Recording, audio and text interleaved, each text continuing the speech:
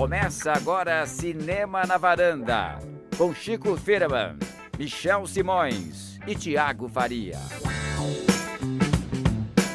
Varandeiras e varandeiros, começando meu Cinema na Varanda, sou o Michel Simões. Episódio número 200, episódio especial, Thiago Faria, Chico Firman. Chegou. 200 dias com eles, Cris Lume. Quem diria, hein? Estamos aqui 200 vezes apresentando o Cinema na Varanda pra vocês e preparamos um programa especial, certo, Chico? Não falhamos nenhuma semana, certo? Certíssimo, nenhuma semana Pois que não começou. teve nenhuma semana sem episódio? Não, teve algumas 2 ou 3 que teve 2, mas desde que a gente começou em janeiro de 2016, nenhuma semana sem episódio. Nossa. Isso que é regularidade, hein? Emocionante. Vamos falar sobre o que hoje? Eu sei que quem já deu play já sabe, mas mesmo assim a gente comenta, né? O filme do Piada Mortal, Coringa. Vamos falar sobre o Coringa, do Todd Phillips, o filme que quer ser solo, mas será que é? E que pode inclusive chegar ao Oscar, vamos ver, né? O que vai acontecer. E vamos falar sobre o quê? Vamos fazer uma recapitulação da década, né?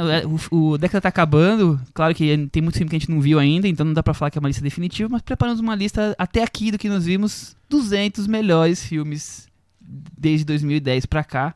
Nós vamos debater aqui o topo da lista, mas vamos publicar nas redes sociais, aí, tanto no Letterboxd quanto no Facebook, no Twitter também. Pra todo mundo que quiser correr atrás de filmes que não conhece, rever alguns filmes que passou despercebido, certo, Thiago? Imagina a dificuldade para os varandeiros selecionar os preferidos da década. Pra mim foi difícil para você, Chico? Nossa, eu refiz tipo assim umas 15 vezes, fui atrás dos filmes que eu não vi. Foi duro. Mas a gente sabe que a década não terminou, mas a gente resolveu marcar esse número, 200 com 200 mesmo filmes. Porque por mais que venham outros, depois a gente pode voltar daqui a alguns meses e completar a lista, mas já tem filme bastante pra gente poder destacar. Sim, no episódio especial, grandes filmes que merecem esse espaço. E também daqui a pouco começa a pintar, porque os filmes demoram pra chegar aqui, mas lá fora já tem gente já começando a fechar as suas listas, né? Então a gente já vai estar abrindo essa temporada mundial de listas e depois a gente volta. Já saiu, não com é, uma lista então? enorme. A gente faz um adendo lá em dezembro pra incluir o filme do Scorsese e fecha a lista. Provavelmente em março, né? Provavelmente lá pra março, quando os filmes acabarem de chegar aqui, né? Depois da morte eu acho que já vai ter uma boa quantidade, né? Mas é isso, acho que primeiro vamos começar com o Coringa, então, porque o Coringa, como vencedor do Leão de Ouro, como causador de espanto, é um filme que, com chances de Oscar, é um filme que pode estar nessa lista. É verdade, ou não. é verdade. Pelo menos antes de ser visto, podia estar nessa lista. Vamos ver o que nós achamos. Filme dirigido pelo Todd Phillips, diretor de 48 anos, nova-iorquino. Eu fui atrás um pouco da carreira dele, achei curioso que ele estava fazendo faculdade de artes e ele abandonou para fazer o primeiro documentário dele, que é sobre um vocalista punk chamado G.G. Allin. Você conhece, Thiago? Você que é nosso especialista de música? Parece que ele se cortava com cacos de vidro nas apresentações Que gostoso! Nos shows dele. E ele, ao mesmo tempo que ele estava fazendo isso, ele trabalhava numa locadora de filmes raros e explícitos. Acho que essa palavra explícitos diz muito sobre esse filme que nós vamos falar agora, talvez. É o 14º longa dele. Todo mundo com certeza conhece ele pela trilogia Se Beber Não Case. Mas ele tem outros filmes de comédia. Começou com Caindo na Estrada. Talvez Starks e Rust, Parto de Viagem, Cães de Guerra. Thiago, você que é nosso especialista em comédias, o que você tem a dizer sobre a carreira de Todd Phillips até então? Então, Michel, na verdade eu queria devolver a pergunta pra você, que sempre que a gente traz um diretor pra varanda, você vai lá e assiste a todos os filmes que ele fez antes. Você fez isso com o Todd Phillips ou não? Não, vou explicar o porquê. Preconceito? Primeiro que eu vi, acho que 8 filmes dele, eu detesto 7 com muita força. Caramba, detesto. Detesto. E segundo que eu fiquei focado na década, né? Então aí, entre ver Todd Phillips e ver os filmes da década que faltavam... Então, eu posso fazer uma defesa do Todd Phillips? Faça. Eu, conhecido como o homem da comédia, né? Nas horas vagas eu bato em pessoas no metrô, mas aí eu falo sobre comédias aqui no Cinema na Varanda. Mas eu sempre gostei do cinema do Todd Phillips, sempre defendi. Eu acho que ele fez muitas comédias, mas as comédias sempre tinham algo de... Não digo subversivo, acho que é uma palavra muito forte para os filmes dele, mas cabe. Cabe, né? Ele tentava encontrar alguns desvios dentro do que é convencional numa comédia. Então até o Se Beber Não Case, que é o filme mais popular dele, não é um filme tão convencional assim. Talvez as pessoas lembrem o que ele tem de mais convencional, mas era um filme que misturava ali numa trama de humor aspectos um pouco mais explícitos, um pouco mais violentos, mais incômodos, provocava um certo mal-estar, e até na maneira como ele usava o tom do humor dentro do filme. Então, você tinha um personagem como o do Zach Galifianakis, no Se Beber Não Case, que ele provocava um riso nervoso ali, que você não sabe se aquele personagem tem algum distúrbio, ele tá num outro tom de humor em relação à própria trama do filme. Ele já era meio perturbado, tipo Coringa. Exato, eu acho que o Todd Phillips sempre buscou um humor incômodo, não simplesmente uma comédia banal, convencional. Eu defendo os filmes anteriores dele, eu gosto do Se Beber Não Case. Muito bem. Chico, e você? Não tenho nenhuma relação com o Todd Phillips. O primeiro Se Beber Não Case eu acho interessante, acho que tem essa coisa mais autoral dentro do que permite uma comédia boba, né, vamos dizer assim. Eu acho que tem uma assinatura diferente de outros filmes. Essa coisa da liberdade, eu acho que ele tenta ser bem livre, né, no filme e tal. Mas nunca mergulhei profundamente nesse universo do Todd Phillips, não. Eu vi alguns filmes dele, eu vi todos os Se Beber Não Case, mas não amo nenhum, não. E até falando um pouco sobre essa transição do Todd Phillips para um cinema que seria, abre aspas, sério, né, que é o Coringa, o filme anterior dele, o Cães de Guerra, já faz essa transição, já é um filme que ele tenta fazer uma comédia um pouco mais quase oscarizável, né? sabe? Eu não vi esse. Eu vi e eu não acho que foi tão bem sucedido não, mas a intenção do filme seria seguir mais ou menos como seguiu o diretor do A Grande Aposta, sabe? Você sair daquela comédia mais convencional e fazer um filme tratando de um tema mais realista, enfim. É esse passo que o Todd Phillips tentou dar e não conseguiu. Acho que no Coringa ele consegue, mas já era uma tentativa anterior. Ele não passa do Se Beber Não Case pro Coringa. Tem uma transição aí no meio do caminho. Muito bem, vamos então falar do filme, do Coringa? Uhum. Sinopse. 1981, o fracassado comediante de stand-up Arthur Fleck Joaquin Phoenix. tenta a vida como palhaço até ser demitido e o processo desencadear no cruel psicopata conhecido como Coringa. Chico Firman, o que você achou de Coringa? Já que o Thiago já finalizou a conversa do Todd Phillips. Muitas coisas, né? São muitas coisas. Primeiro, quando esse projeto foi anunciado, eu disse assim, poxa, mas como é que vai ser isso, né? Eles acabaram de tentar estabelecer um universo compartilhado da DC e tal, aí resolvem fazer um filme solo, acabaram de relançar o Coringa no filme do Esquadrão Suicida, uma bosta, mas tudo bem. Com o Jared Leto. E aí vamos lançar um filme solo que teoricamente não tem relação com nada, tal, não sei o que lá. Como é que vai ser isso? Vai ser uma experiência interessante, autoral, de um universo paralelo lá, ou eles vão tentar fazer uma coisa maior e tal? Eu desconfiava muito desse projeto, eu achava que não estava cabendo muito. Quando anunciaram o Todd Phillips para ser diretor, eu disse assim, como é que vai ser isso mesmo, né? Enfim. Mas aí depois o filme foi... Antes mesmo dele passar em Veneza, ele começou a criar um buzz de que era um filme de arte, um filme diferente, um filme com outras pretensões, não era só um filme para ganhar dinheiro. E aí ele foi exibido em Veneza e as coisas mudaram muito, né? Enfim... As apostas ficaram absurdas para o Oscar e tal, e o filme ficou sendo considerado um dos filmes mais relevantes do ano, vamos dizer assim. E depois terminou ganhando o Leão de Ouro, o filme, né? Então, assim, a expectativa foi subindo e descendo ao longo desse ano todo, dos últimos anos todos.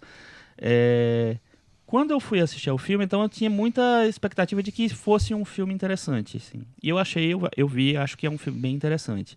Um filme com muitas pretensões, um filme que eu acho que ele tenta mirar no estado de espírito que existe no mundo hoje. Eu acho que ele tenta beber dessa fonte.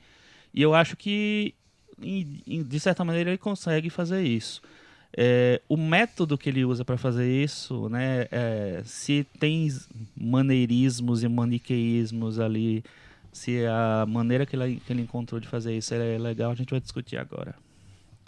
Muito bem, Thiago. E você? É curioso que, primeiro, o Chico já recapitulou as expectativas iniciais, mas falando mais desde que as pessoas viram em Veneza, primeiro aquela surpresa, tipo, o que o filme da DC tá fazendo na competição? Primeiro filme de um estúdio de quadrinhos, ligado a quadrinhos aí, que foi pra lá.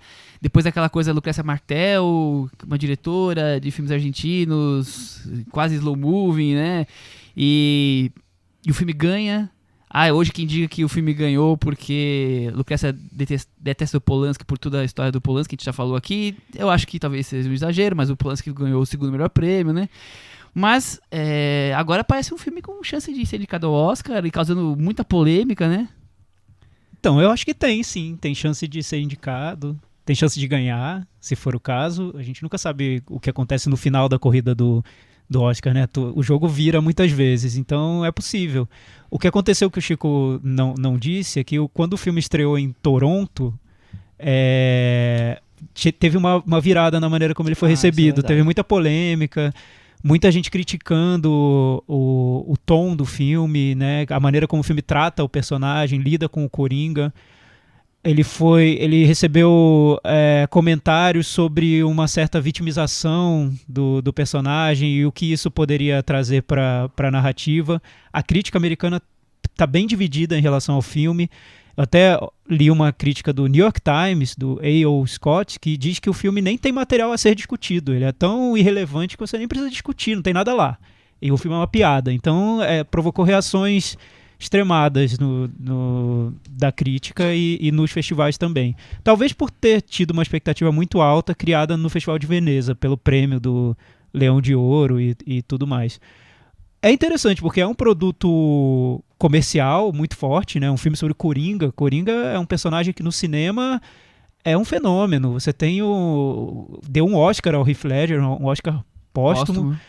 E sempre que tem o Coringa nos filmes do Batman, a gente nota que parece que eleva os filmes a um outro patamar, né? Seja o Coringa do Jack Nicholson, que era um Coringa mais clown, né? Mais de cartoon, ou um Coringa como o do Heath Ledger, que é um psicopata fora de controle que instala o caos no filme, como esse Coringa do Joaquin Phoenix, que é um Coringa mais realista, que tem motivações para fazer o que está fazendo.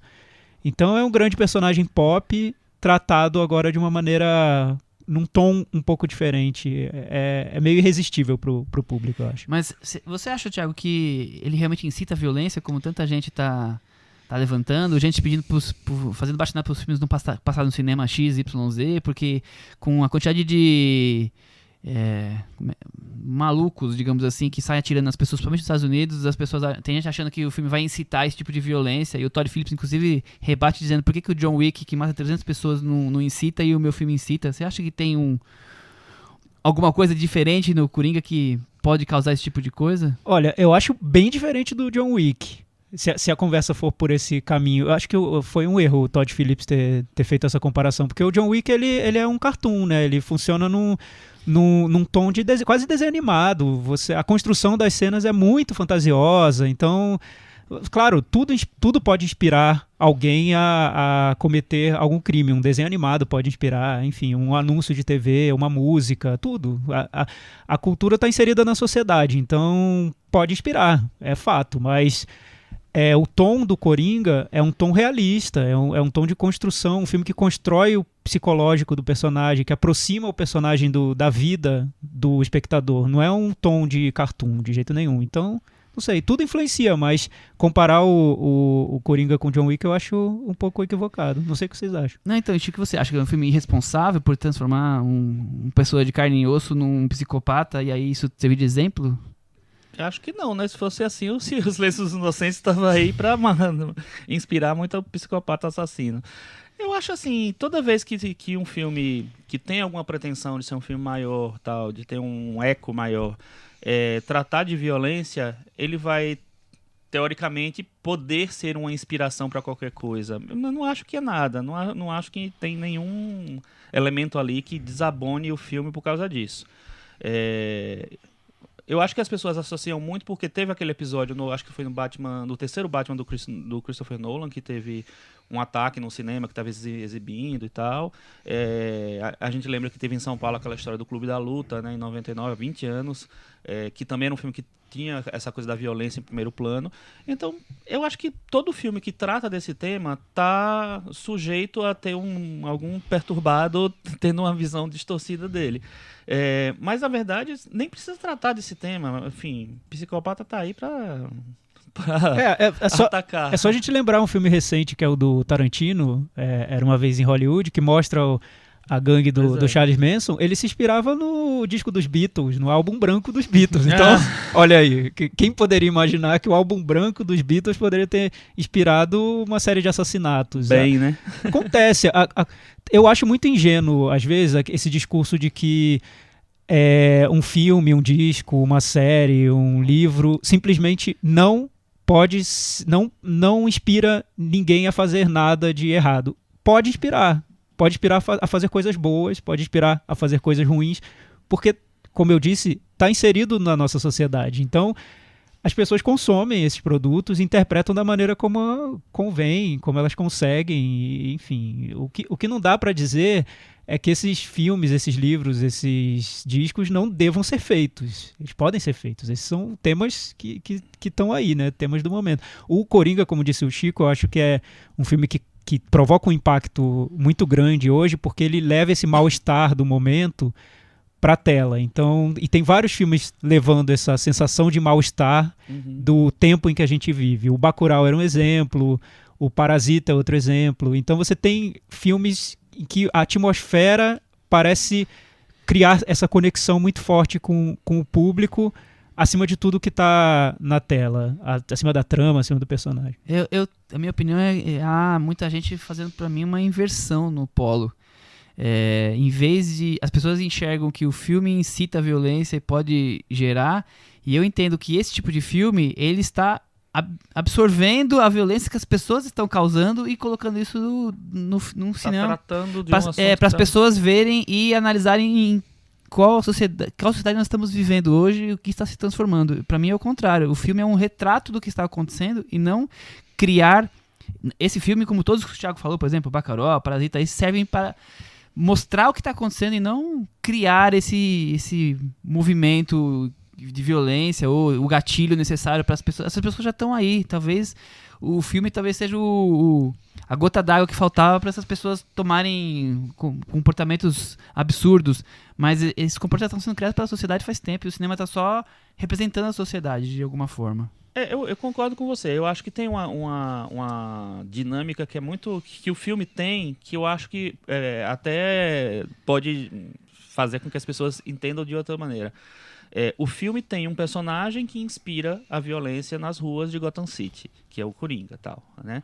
Então, é como se o filme pudesse inspirar a violência no mundo porque está tratando daquilo. Então, tem um paralelo aí. Só que eu acho que não funciona assim. Eu acho que você falou tem tudo a ver.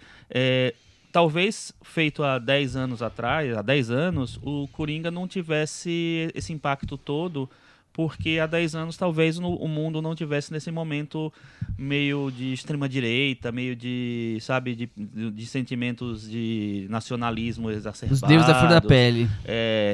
Talvez o impacto dele social fosse outro.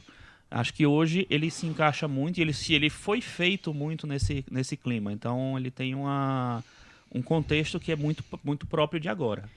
Só respondendo rapidamente, então, Michel, a pergunta que você fez, tentando resumir, eu acho que o filme não quer provocar esse tipo de comportamento, incitar nada. Não é a intenção do Coringa. Eu acho que realmente é comentar a sociedade.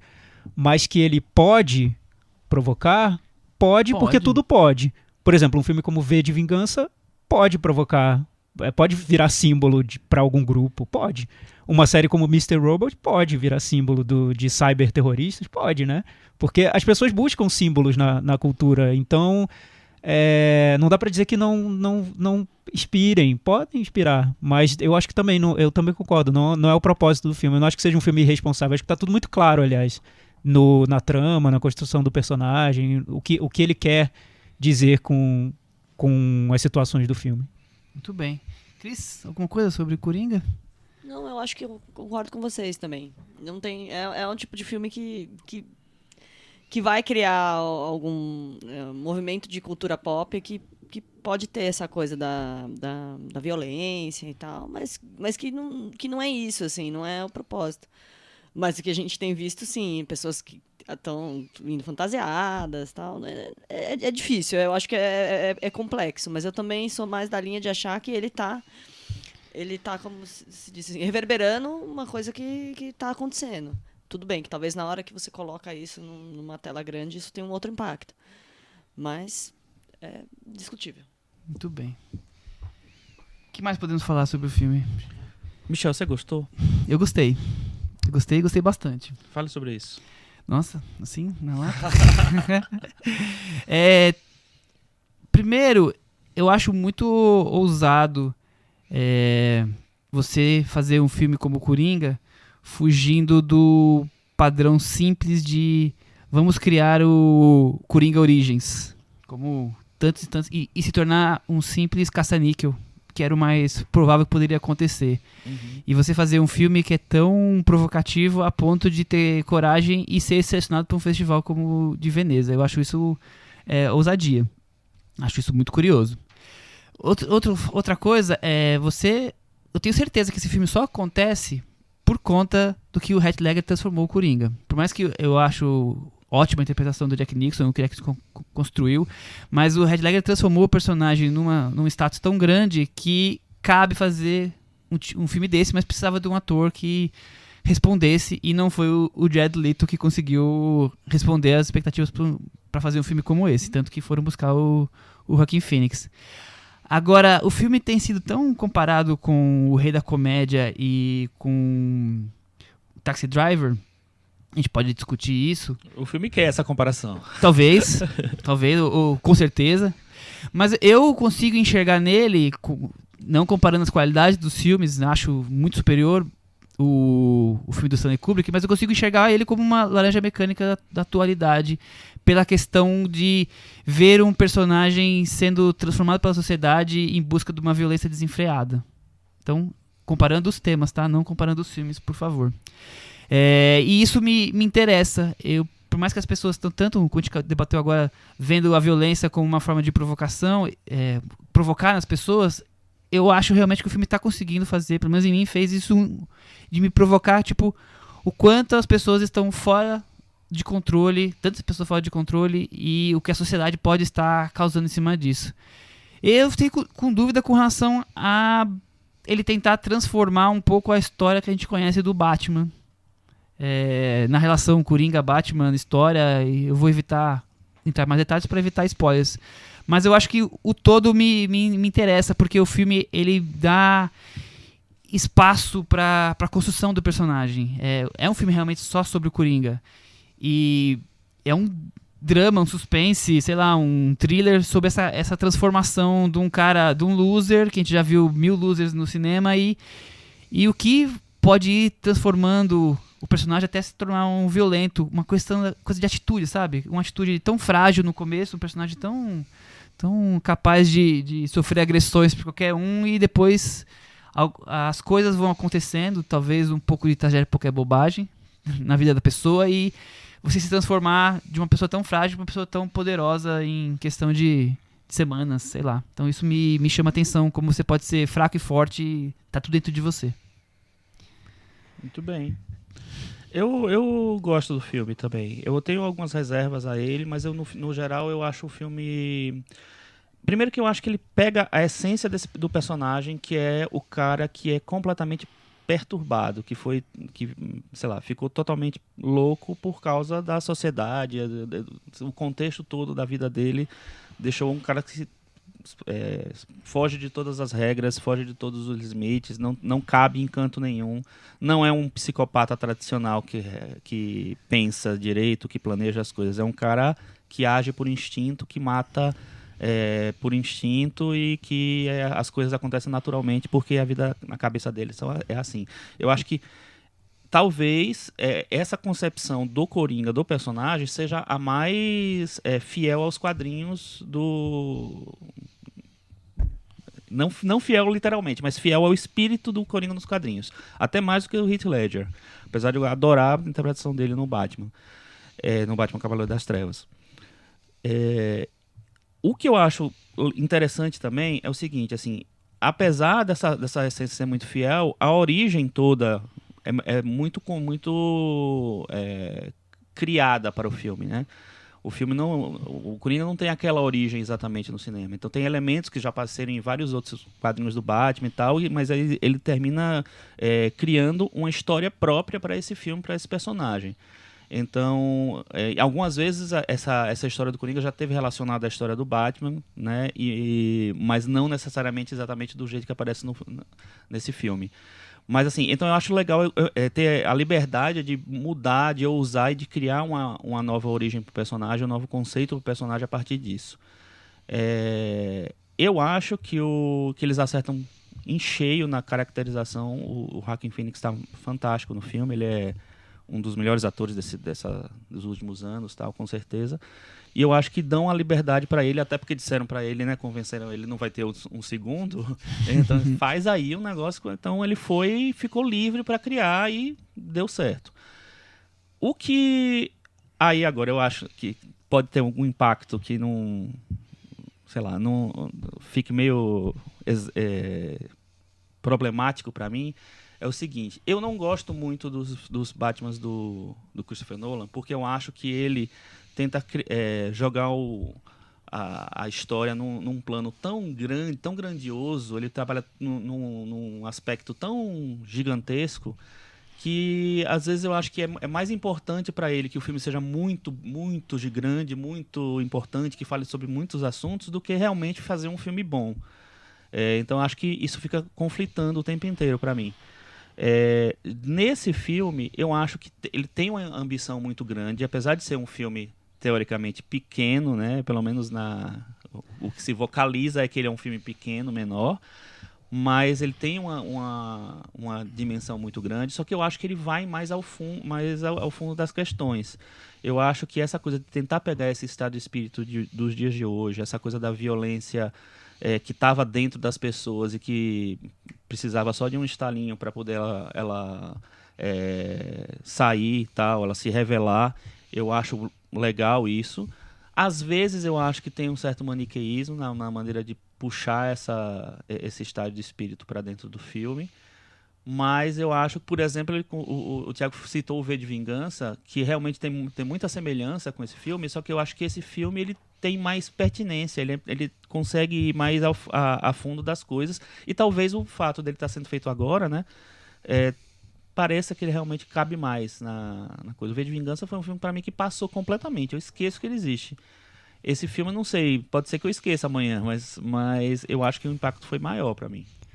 Eu acho que o Coringa tem uma âncora que é a atuação do Joaquin Phoenix. Talvez ele fique por muito tempo, porque é uma atuação que as pessoas vão sempre lembrar. E eu acho que é certeiro o Oscar pra ele. Eu vou queimar minha língua daqui a pouco, porque vai vir o Brad Pitt e vai tirar o Oscar do Joaquin Phoenix. Mas eu acho meio inevitável, né, esse Oscar, porque é um filme que dá o playground pro Joaquin Phoenix brincar, né? O personagem dele faz de tudo, dança, tem momentos ali de lirismo, tem momentos de violência, loucura pelo filme todo. Então, para um ator como o Joaquin Phoenix, que é muito talentoso, é o papel perfeito. Eu sinceramente, eu faria 5 continuações se eu fosse o Joaquin Phoenix, porque é muito bom para um ator ter todas essas possibilidades na manga para usar. Então, por causa da atuação dele, eu acho que o Coringa é um filme que vai durar, vai permanecer. Mas eu acho que é muito retrato da época que a gente está vivendo, da mesma maneira como o Coringa do Heath Ledger era um retrato da época em que foi feito o Cavaleiro das Trevas. Eu não gosto muito dos filmes do Nolan, do Batman, por um motivo parecido com o do Chico. Eu acho que ele busca uma grandiosidade que parece meio oca, no meu ponto de vista. Mas o Cavaleiro das Trevas eu gosto muito do Heath Ledger e do personagem do Coringa. porque eu acho que ele representa um medo que a gente tinha na época em que o filme foi lançado, de um terrorismo sem sentido. A gente estava buscando entender qual era a causa do terrorismo e ninguém conseguia explicar, não tem explicação, né? E o Coringa, caracterizado como o Heath Ledger fez, era um mal que vinha destruindo tudo e que nem dava tempo pra gente tentar entendê-lo. Ele era o mal e acabou. E aquilo eu acho muito forte pra época em que o filme foi lançado e eu acho que por isso que ele repercutiu tanto. Já o Coringa do Joaquin Phoenix é um Coringa de uma época em que a gente busca explicar. A gente já convive tanto com essa questão do terror, da loucura na nossa sociedade, que a gente já tem algumas tentativas de entender de onde vem, o que causa, o que são aquelas pessoas. E o Joaquin Phoenix, ele faz um Coringa que tem uma densidade que o personagem do Heath Ledger nem queria. Eu acho que nem estava buscando. Eu prefiro... O que me assusta mais é o Coringa do Heath Ledger, porque esse mal sem explicação, pra mim, é o que é mais assustador. O mal que se explica, que a gente pode resolver por causa disso, enfim, o Coringa do Joaquin Phoenix, talvez se as pessoas tivessem tratado bem aquele personagem, ele não teria virado um psicopata. Pronto, resolvemos. Mas eu acho que é isso que tá trazendo mais identificação e tá deixando as pessoas com mais medo, né? Sim. Porque o que elas estão vendo é essa cultura do incel na figura do Joaquin Phoenix. Você pode explicar pra gente o que seria o incel? Os incel são aqueles, vamos dizer Celibatários involuntários. Isso, celibatários involuntários, aqueles caras, aquele típico cara de que, vamos dizer assim, viciado em games e que sai atirando nos colégios americanos, vamos dizer, o estereótipo seria mais ou menos esse. Que ele se sente apartado da sociedade. Isso, a sociedade não exatamente. entende. Que Então ele vai lá e quer fala. ele quer encontrar uma parceira sexual e amorosa, mas a sociedade não lhe ofereceu essa oportunidade, digamos Então, assim. mais ou menos. Mas sempre, claro, hoje a gente identifica com um termo diferente, mas os outsiders, de certa maneira, sempre existiram. De alguma forma né? é isso. Eu acho que, eu não sei, pra mim esse termo incel tem uma coisa ligada um pouco às novas tecnologias, as novas, né? Enfim. E aí eu acho que um pouco do que as pessoas estão condenando no filme tem a ver com isso, que seria uma glamorização desse tipo de personagem, uma vitória desse tipo de figura. Então, por isso que algumas pessoas estão criticando. De uma maneira diferente, um pouco diferente, eu vejo isso na figura do personagem, do Kylo Ren, do Adam Driver, do Guerra nas Estrelas. Porque não é um cara mais galã, é um cara que tem uma figura, um passado totalmente atormentado, e ele vai lá, ele assim, né, é um líder muito discutível e que consegue, né, tomar a frente lá do Dark Side. Eu acho que o que tem muita gente vendo essa glamorização do vilão mesmo, assim, vamos dizer. Mas, enfim, isso acontece em vários momentos, em histórias em quadrinhos e tal. Mas, Cris, seria... Mas eu acho que tem essa coisa desse novo perfil aí que eles quiseram colocar. Eu concordo, mas eu vejo um pouco além. Eu acho que é a glamorização... Não vejo glamorização, eu vejo vitimização. É como se tratasse como uma vítima da sociedade e alguém que virou o vilão porque a sociedade foi ainda mais vilã. Na verdade, o grande vilão do Coringa, eu acho que é a sociedade que fez o Coringa virar aquilo. Então ele busca uma relação de causa e efeito. Já o Coringa do Heath Ledger, você não sabe de onde vem aquilo. Aquilo vem e destrói. O Coringa do Joaquin Phoenix eu vejo como um sintoma de um mal maior que existe, um mal-estar, enfim. E o que eu acho interessante no Coringa novo é que é um filme muito claro em tudo que ele quer fazer na trama. Então, ele quer mostrar que o Joaquin Phoenix, o personagem, é vítima. O filme vitimiza aquele personagem de 15 maneiras diferentes. Já de apocar é bobagem. E uma mais intensa que a outra. Então ele apanha, ele leva surra acho que em 2 cenas de sequências diferentes. Ele é humilhado de diversas 4 formas. maneiras. Então, assim, você tá muito claro no filme o que o filme quer passar. Eu acho que, por ser uma adaptação de super-herói, e se a gente for considerar que super-herói seria pra gente hoje o que era os contos de fadas, né? São personagens ali que arquétipos que a gente usa pra vários... São fantasias que têm violência, antigamente era só fantasias. Então acho que isso permite o filme a ser mais didático no que ele quer fazer, mas eu achei que ele é muito explícito na intenção mesmo. O Coringa é humilhado, ele é maltratado, ele tem um problema também, um distúrbio mental que está muito claro no filme. Ele faz tratamento, ele passa por sessões de terapia no decorrer do filme. Então, no momento em que ele vira o vilão, o filme já explicou bem claramente o porquê daquilo. Eu não vejo nenhum mistério na transformação dele em vilão. Para mim está muito claro o porquê ele virou vilão. E aí pode ser discutível, talvez.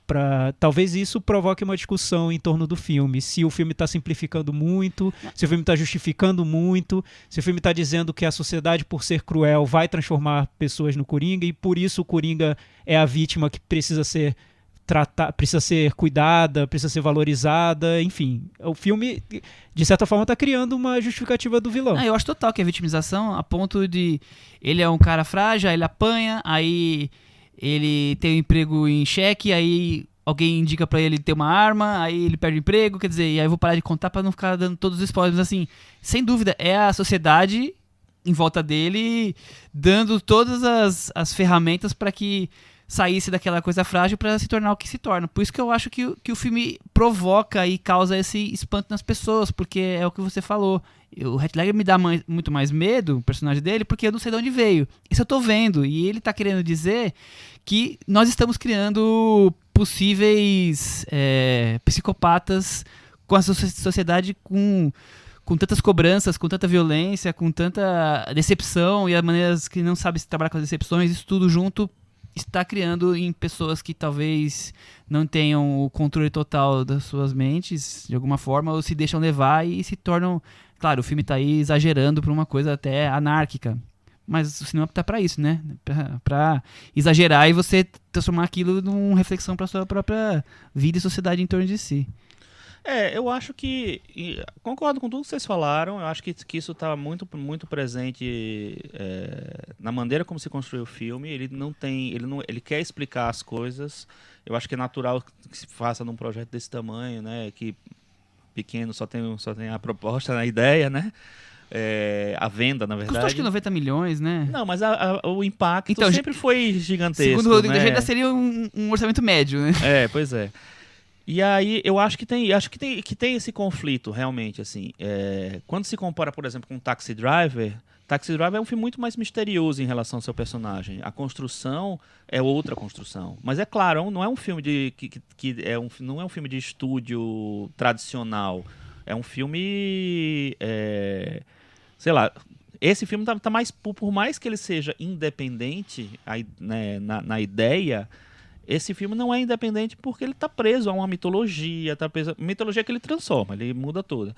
Mas ele tem que falar com um público maior, né? Com um público maior, enfim, existem interesses comerciais que o Taxi Driver não precisava de tanta coisa, né? Então, existe eu acho que tem um paralelo que talvez não seja tão justo com o filme. Apesar de eu acho que ele tenta se aproximar de alguma maneira. E a aproximação maior talvez que seja com o Rei da Comédia, porque tem referências muito explícitas, né, de diálogo, de personagens. O personagem do Robert De Niro é quase como se fosse o personagem do Joaquin Phoenix, né, sem ser o Coringa ainda.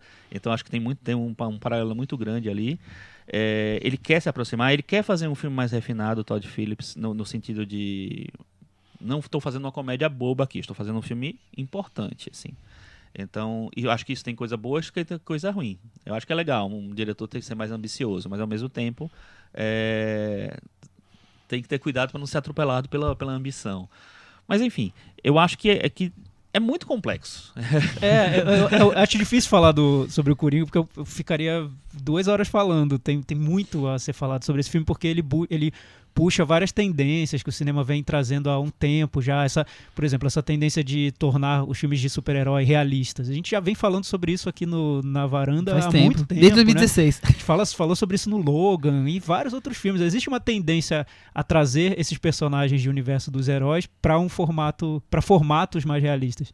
Mas eu acho muito curioso como o filme quer se aproximar do cinema do Scorsese.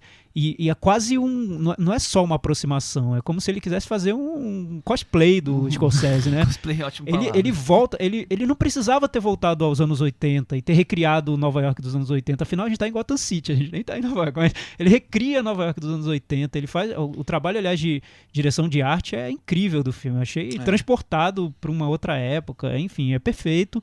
Mas você nota que tudo isso, o sentido é voltar ao cinema do Scorsese. E esses dois filmes, o Taxi Driver e o Rei da Comédia, viram as bases do Coringa, né? De uma maneira que eu gosto muito desses dois filmes. O Rei da Comédia, pra mim, é o meu filme preferido do Scorsese. Olha. Então eu adoro o Rei da Comédia, vi várias vezes. E Taxi Driver eu adoro também, eu vi recentemente no cinema.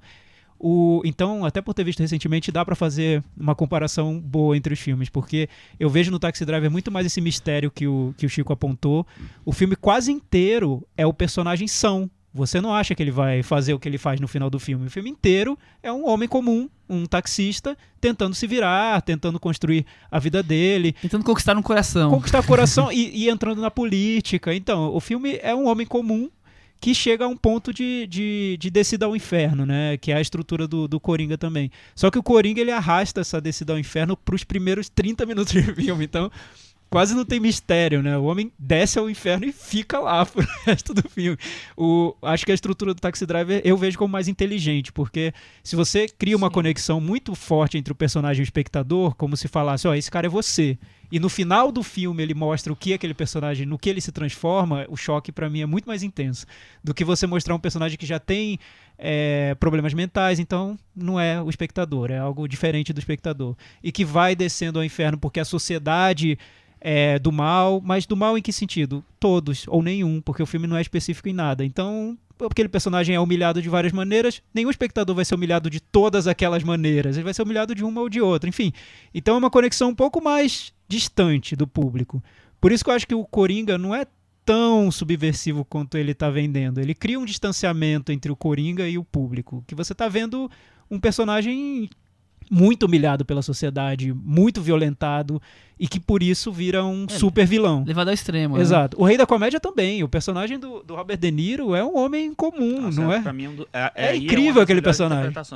Você não vê um louco, você vê um homem comum. Eu vejo um louco. Que vai, eu vejo. Bem Chico. perturbado. Não, Chico, eu também vejo, mas acho que ele vai construindo de uma maneira a tornar aquilo mais natural. Sim. Assista, porque o Rei da Comédia não ficou tão famoso quanto Taxi Driver, né? Perfeito. Agora, uma assistam. coisa que o filme tem, que eu gostei muito, é o seguinte, assim, nos quadrinhos, nos últimos muitos e muitos anos, Gotham City virou uma cidade de perda de limite, assim. É uma terra de ninguém, totalmente, assim. E eu acho que até agora, no cinema, não tinha sido mostrado de uma maneira como esse filme mostra. Que a cidade que é um acerto, perturbada. Eu acho isso um acerto. É uma cidade perturbada. Sempre tinha assim, o vilão que faz isso, não sei o que lá, faz isso, um certo estado mais isolado. Não, até tinha O Christopher Nolan faz um pouco isso, mas acho que esse filme vai muito mais além. Exato. Existia assim, tem umas organizações aqui, mas nesse filme não, é uma coisa de assim, tudo gera violência, tudo é fora de limite, tudo. E essa Gotham City já tem sido mostrada nos quadrinhos há muito tempo, assim, não desde o começo, mas há muito tempo tenta se mostrar essa cidade aí perturbada, a cidade dos vilões, a cidade dos bandidos. Esse filme eu acho que ela mostra, ele consegue chegar mais próximo dessa visão de Gotham City, e eu gosto disso porque isso meio que permite que o Coringa exista, isso meio que permite que o filme seja esse, entendeu? Que tenha essa dimensão. Se fosse passado em outra cidade, né? Aquela que falando, parece que a cidade é de verdade, né? Talvez a pertinência não fosse tão grande, assim. Eu acho que nesse filme essas coisas casam. Tanto a loucura do personagem, quanto o retrato da cidade. Acho que essas duas coisas funcionam bastante, assim. Agora, tenho falado bastante bem do filme, eu acho que tem coisas... Fala mal agora, vai, Chico. O que aconteceu? Vou tentar não dar spoiler, porque é um filme que as pessoas... Quer dizer, muita gente já viu, na verdade. Ontem a gente assistiu Parasita. Espero que todos os brandeiros já tenham visto. Ontem a gente assistiu Parasita. Não vou tentar não dar spoiler pra quem não viu. Em breve falaremos do filme. Que é o filme do Bong Joon-ho, ganhou a Palma de Ouro em Cannes e tal. E o que, inclusive, né, Michel, essa semana a gente viu o filme que ganhou a Palma de Ouro e o filme que ganhou o Leão de Ouro em Veneza. Enfim. Falta só o Urso que não estreou ainda. O Urso, cadê o Urso? Vai passar na mostra. Mas enfim, aí o que acontece? Tem uma cena específica que eu não vou dar. Eu falei 15 vezes já isso, né? Tem uma cena específica que envolve mau cheiro no Parasita, que provoca uma reação, né, do personagem, que pra mim naquela cena, aquela reação, a maneira como aquela coisa foi construída, claro que tinha um filme todo que vinha atrás ali, sei lá, as intenções... Um detalhe que dá um significado, é isso? Não, as intenções de retrato de estado de status quo, de estado de espírito, né, de como o mundo tá hoje, do que tá meio que dentro das pessoas e explode por nada. Naquela cena, o Bong Joon-ho fez um negócio que eu acho que é tão genial que o Coringa pra mim ficou menor depois daquela cena, porque aquela cena ela meio que resumiu de uma maneira muito mais elegante assim pro cinema, né? Mais discreta e mais assim muito, muito, muito forte, muito do que o Coringa tenta fazer ao longo do filme inteiro. Eu sei que pra quem não viu Parasita não vai tá entender fazendo nada, nada. você tá falando, né? Talvez até quem viu não esteja entendendo nada, mas assim, foi uma cena que pra mim, poxa, você pode falar desse tema, dessa coisa da loucura da sociedade, desse grito de revolta que tem preso nas pessoas, de uma maneira muito mais inteligente e discreta, vamos dizer, discreta não é discreta, mas sutil talvez, mas bem construída, do que num filme que vai preparando você para aquilo, assim. Então, a minha empolgação com o Coringa que tinha, não era gigantesca, mas era razoável. Diminuiu um pouco. Então... Muito bem. É que eu não vejo muito o Coringa como um filme que queira ser sutil, e acho que por isso que ele divide tanto, porque é tudo muito explícito, né? Onde ele quer chegar. Então dá pra ser lido... Tá jorrando nossa cara. A violência, o desprezo, o sangue, tá tudo E aí jorrando. dá pra ser lido como um filme simplista, sim, por quem não embarcar nessa proposta muito explícita do filme, de querer mostrar toda a motivação do personagem de uma maneira muito clara. Então, eu li muito em várias resenhas a palavra superficial, porque realmente tá tudo na superfície, ele leva todas as motivações pra tá ali claro, e em nenhum momento eu não vi nada muito subentendido no filme, assim, algo que a gente tenha que buscar, uma alegoria, enfim, pra mim tá muito claro o que acontece no nada filme. Nada subentendido. Mas só voltando rapidamente, Michel, que você falou sobre a história de que parecia ser um caça-níquel, que poderia ter sido um caça-níquel, mas é engraçado como o filme conseguiu acertar muito em tudo o que ele queria, porque não é um caça-níquel. Eu pensei muito nisso enquanto eu estava vendo o filme. Porque, imagina, se a proposta fosse fazer um filme que é a origem do Coringa, sem ligação com a série, vamos aprofundar no personagem, por que tanta conexão com a história do Batman? Mas não tem como não ter. Não, então, mas tá, é uma questão que eu tô jogando aqui na mesa. Isso se a ideia era até só exigência aprofundar... do próprio estúdio. Se é uma exigência do estúdio, se tem uma conexão com a série, com a franquia, todas essas responsabilidades, não deixa de ser um caça-níquel. Então, sim, mas ele podia ser muito mais genérico, né? Não, eu entendi, mas é porque o que eu acho interessante é como o filme consegue fazer com que a gente não pense nisso, num produto que é obviamente comercial, sem né? dúvida. A minha percepção é o seguinte, assim, acabamos de fazer o Esquadrão Suicida. O pessoal detestou o filme. Temos o personagem do Coringa recuperado pelo Jared Leto. O pessoal detestou o pior personagem do filme, o mais criticado e tal. A gente nem falou sobre esse Coringa, né, Chico? Não pra esquecer, precisa. É um Coringa meio emo, assim? Qual é esse Coringa? É um Coringa meio rapper, né? Quer ser o sei lá, ok. Enfim. Aí o estúdio, assim, quando alguém chega com a ideia assim, vamos fazer um filme do Coringa separado, aí o estúdio, tenho nada a perder, vamos fazer, deixa separado aí, mas deixa uma possibilidade de conexão, porque se der certo, a gente inventa alguma Chico, coisa. mas não é, né? Quando falaram pra mim que tinha uma conexão, eu pensei, deve ser uma cena jogada ali no fim dos créditos, ou um momento, 2 minutos de filme. Não, segunda hora de filme, É tudo, Batman toma conta da trama de um Não, jeito então que eu achei acho que tá desde o impressionante. começo. Tem o pai do Batman desde o presente, desde Enfim. o começo. Então pra mim tá claro que vai ter uma conexão. O que me deixa muito feliz, que eu quero muito ver o encontro do Robert Pattinson com o Joaquin Phoenix. Vai ser o Batman mais deprê da história da humanidade. É isso que... Eu queria ver o Darren Aronofsky dirigindo Nossa, não, esse não faz isso Batman com a versus gente. Coringa. Vai ser incrível. Não faz isso com a gente. Mas é isso, eu acho que que é um filme pra gente analisar daqui a um ano, talvez, e ver o que é que vai sobrar dele. Pelos indicativos de bilheteria, a gente tá gravando no domingo, então não tem ainda bilheteria do final de semana fechado, mas na sexta-feira ele rendeu 39 milhões. A expectativa é que ele renda até 90 milhões no final de semana, que é uma bilheteria razoável. Bem Não razoável. é incrível, não é incrível. Até porque o filme tem muita violência, não dá pra todo mundo assistir. Não dá né? pra criança ver, por exemplo. Exatamente, assim. E não sei, eu acho que tem muita coisa aí. A única coisa que eu acho. Duas coisas, na verdade, não sei se a gente já tá Finalizar. meio que no Sim. final. Primeira coisa, assim. Não leve Não leve não tudo tão a mal. sério. Mas me incomoda muito esse negócio de um filme de baseado em personagem de quadrinhos não poder ser sério. As pessoas muitas vezes, porque não é sério, quer ser sério, quer ser... Eu falei um pouco disso, né, que ele ia ser importante demais, mas eu acho que o filme de quadrinhos pode ser sério, não tem problema nenhum. E a segunda coisa, assim, e isso é uma coisa pra gente refletir mesmo, por que a gente se incomoda tanto vendo violência no cinema? Porque quando a violência é um tema de um filme, um tema importante de um filme, sempre gera algum tipo de repercussão. Porque violência gera violência, talvez? Sei lá, mas assim, a violência do Coringa, eu acho que ela tá mais... Ela não me incomoda tanto quanto, por exemplo, a violência gratuita do Haneke, ou dos filmes gregos atuais. Porque ali eu acho que o gratuito tá muito... Explícito aí, é mais tá cruel, muito você acha? marcado. Porque esse tem um alcance completamente diferente, né? Sim, claro. Mas como, Cris? Não, a repercussão do filme. É um filme maior, né? Então, assim, por mais que ele seja diferente, o jeito que ele vai abordar a violência desses outros exemplos que o Chico citou, ele vai estar amplificado de uma Vai outra falar com mais maneira. gente, né? Ele vai falar com mais gente. Vai passar na tela quente daqui a pouco. Então talvez isso que esteja incomodando as outras Não, pessoas. porque não é da Não, Califórnia. mas tem um meme maravilhoso, que tem uma outra leitura que eu achei muito boa, que Adoro é quando aqueles caras dos memes. fora dessa coisa aí desse debate da violência, que é esse aqui. Essa coisa de mostrar o Coringa como pobre, vítima da sociedade, culpar os ricos pelos problemas do mundo não colam.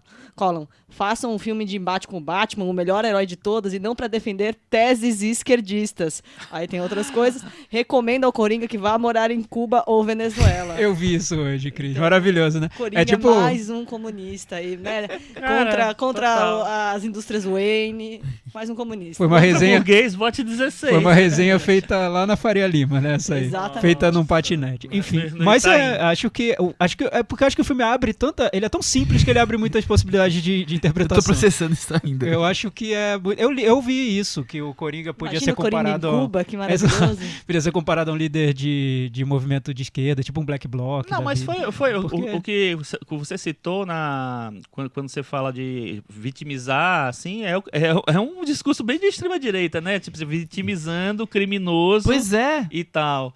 Então acho que quem quer compra, gente. Gente, extremista é tudo extremista. O extremismo também tá sempre errado. E se você for Esquerda, problematizar, direita. problematizar mais ainda, nos Estados Unidos o Trump ganhou com voto de grande parte de pessoas pobres que se sentiam vitimizadas por uma elite que era vista Não como só malvada. nos Então, Estados olha, Unidos, né? aí ó, Exatamente. você tornou mais só nos complexa Estados Unidos. a discussão um pouquinho. Acho que tá de metavaranda, né? Vamos lá. Eu vou dar nota 7, Cris, e você? Eu vou dar nota 6. Thiago. Então, eu vou dar 6 por causa do Joaquin Phoenix, porque é um filme que, em outros pontos, ele me incomoda. Não só me incomoda, mas me deixa um pouco mais... como se fosse...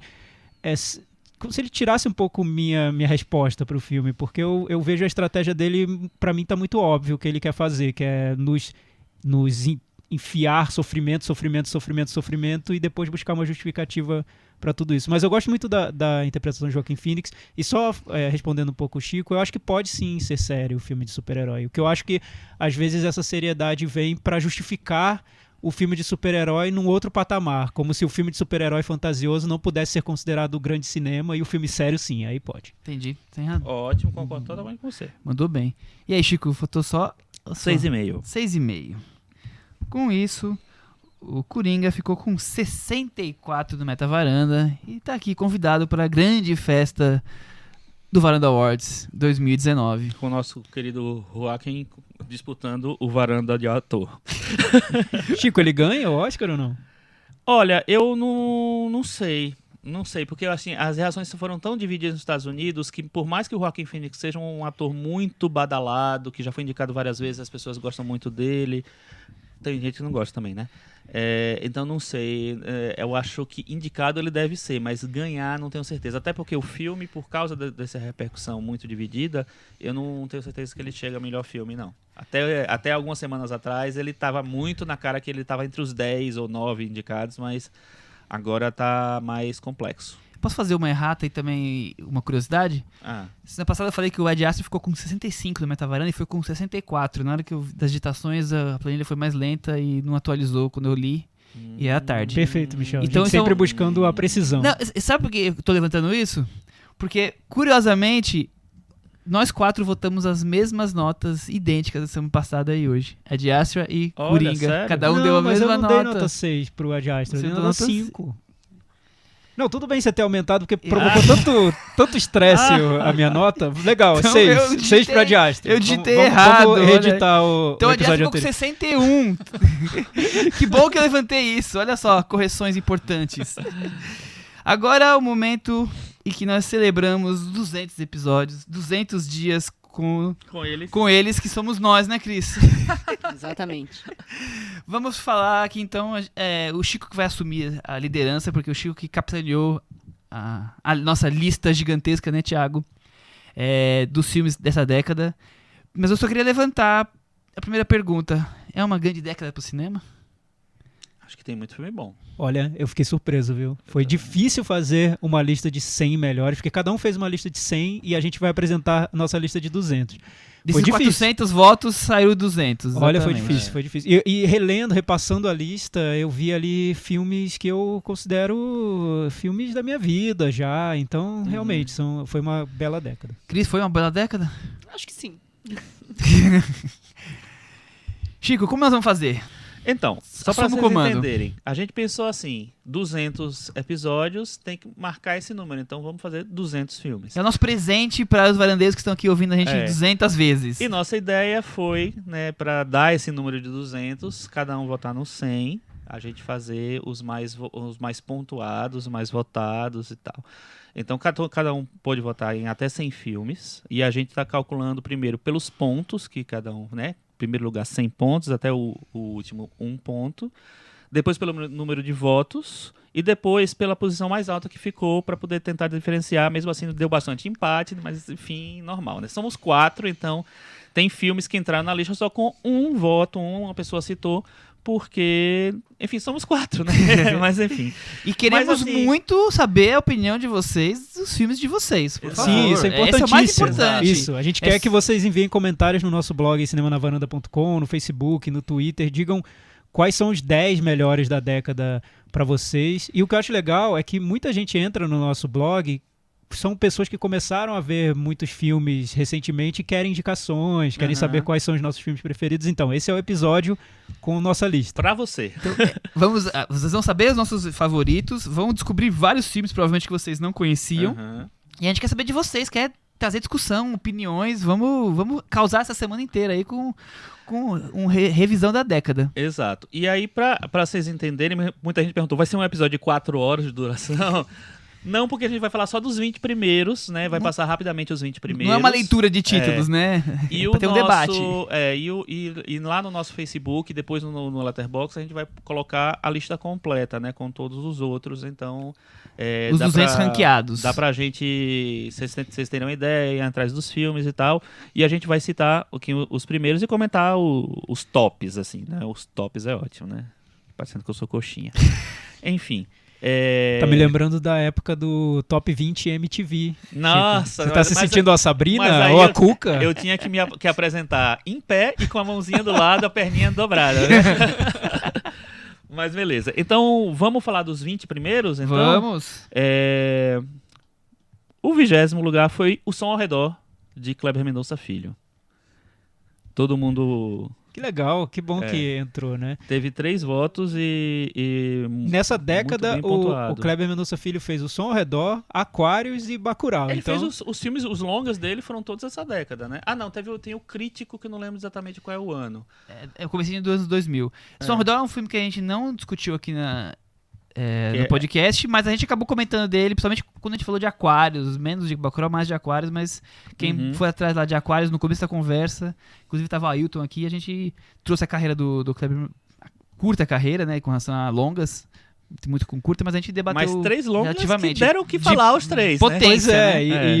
é interessante que O Som ao Redor entrou na Netflix essa semana, então Exato. Olha, é bem fácil lembrado. assistir ao filme agora. Então, E para quem sintam-se acabou de convidados. ver Bacurau, eu acho que tem muitas conexões entre um filme e outro, como eu disse no episódio de Bacurau, principalmente na maneira como o Kleber ele fala sobre a história do Brasil de uma maneira quase como se estivesse levantando camadas dentro do filme, escavando o filme até chegar nessa discussão histórica. E ele vai buscar o colonialismo e mostrar que essa questão dos coronéis no Nordeste existe até hoje, mesmo que dentro da área urbana, né? Na visão do filme. Então é um filme muito poderoso. É um filme muito político, muito forte, assim. Eu, pessoalmente, dos 3 filmes deles, os 3 longas é o que eu gosto mais.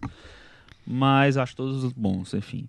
19º lugar foi um filme que estreou no Brasil esse ano, é de 2018 originalmente, mas é desse ano no Brasil. Em Trânsito, do Christian Petzold. Olha, já mal estreou, já entrou no nosso top já tá 20. lá no nosso top 20. É um filme, assim. a gente já comentou também dele aqui, deixa eu pegar até em que episódio que foi, mas é um filme, primeiro, surpreendente, como ele traz a questão da Segunda Guerra Mundial para os dias atuais, criando um universo... Mais um filme falando do status quo, do estado de espírito atual. Sim, mas ele brinca com a realidade, né? Como e se tivesse acontecido tal coisa em vez de tal coisa, e cria todo um Sim. universo, mas ao mesmo tempo o Petzold filma de forma tão...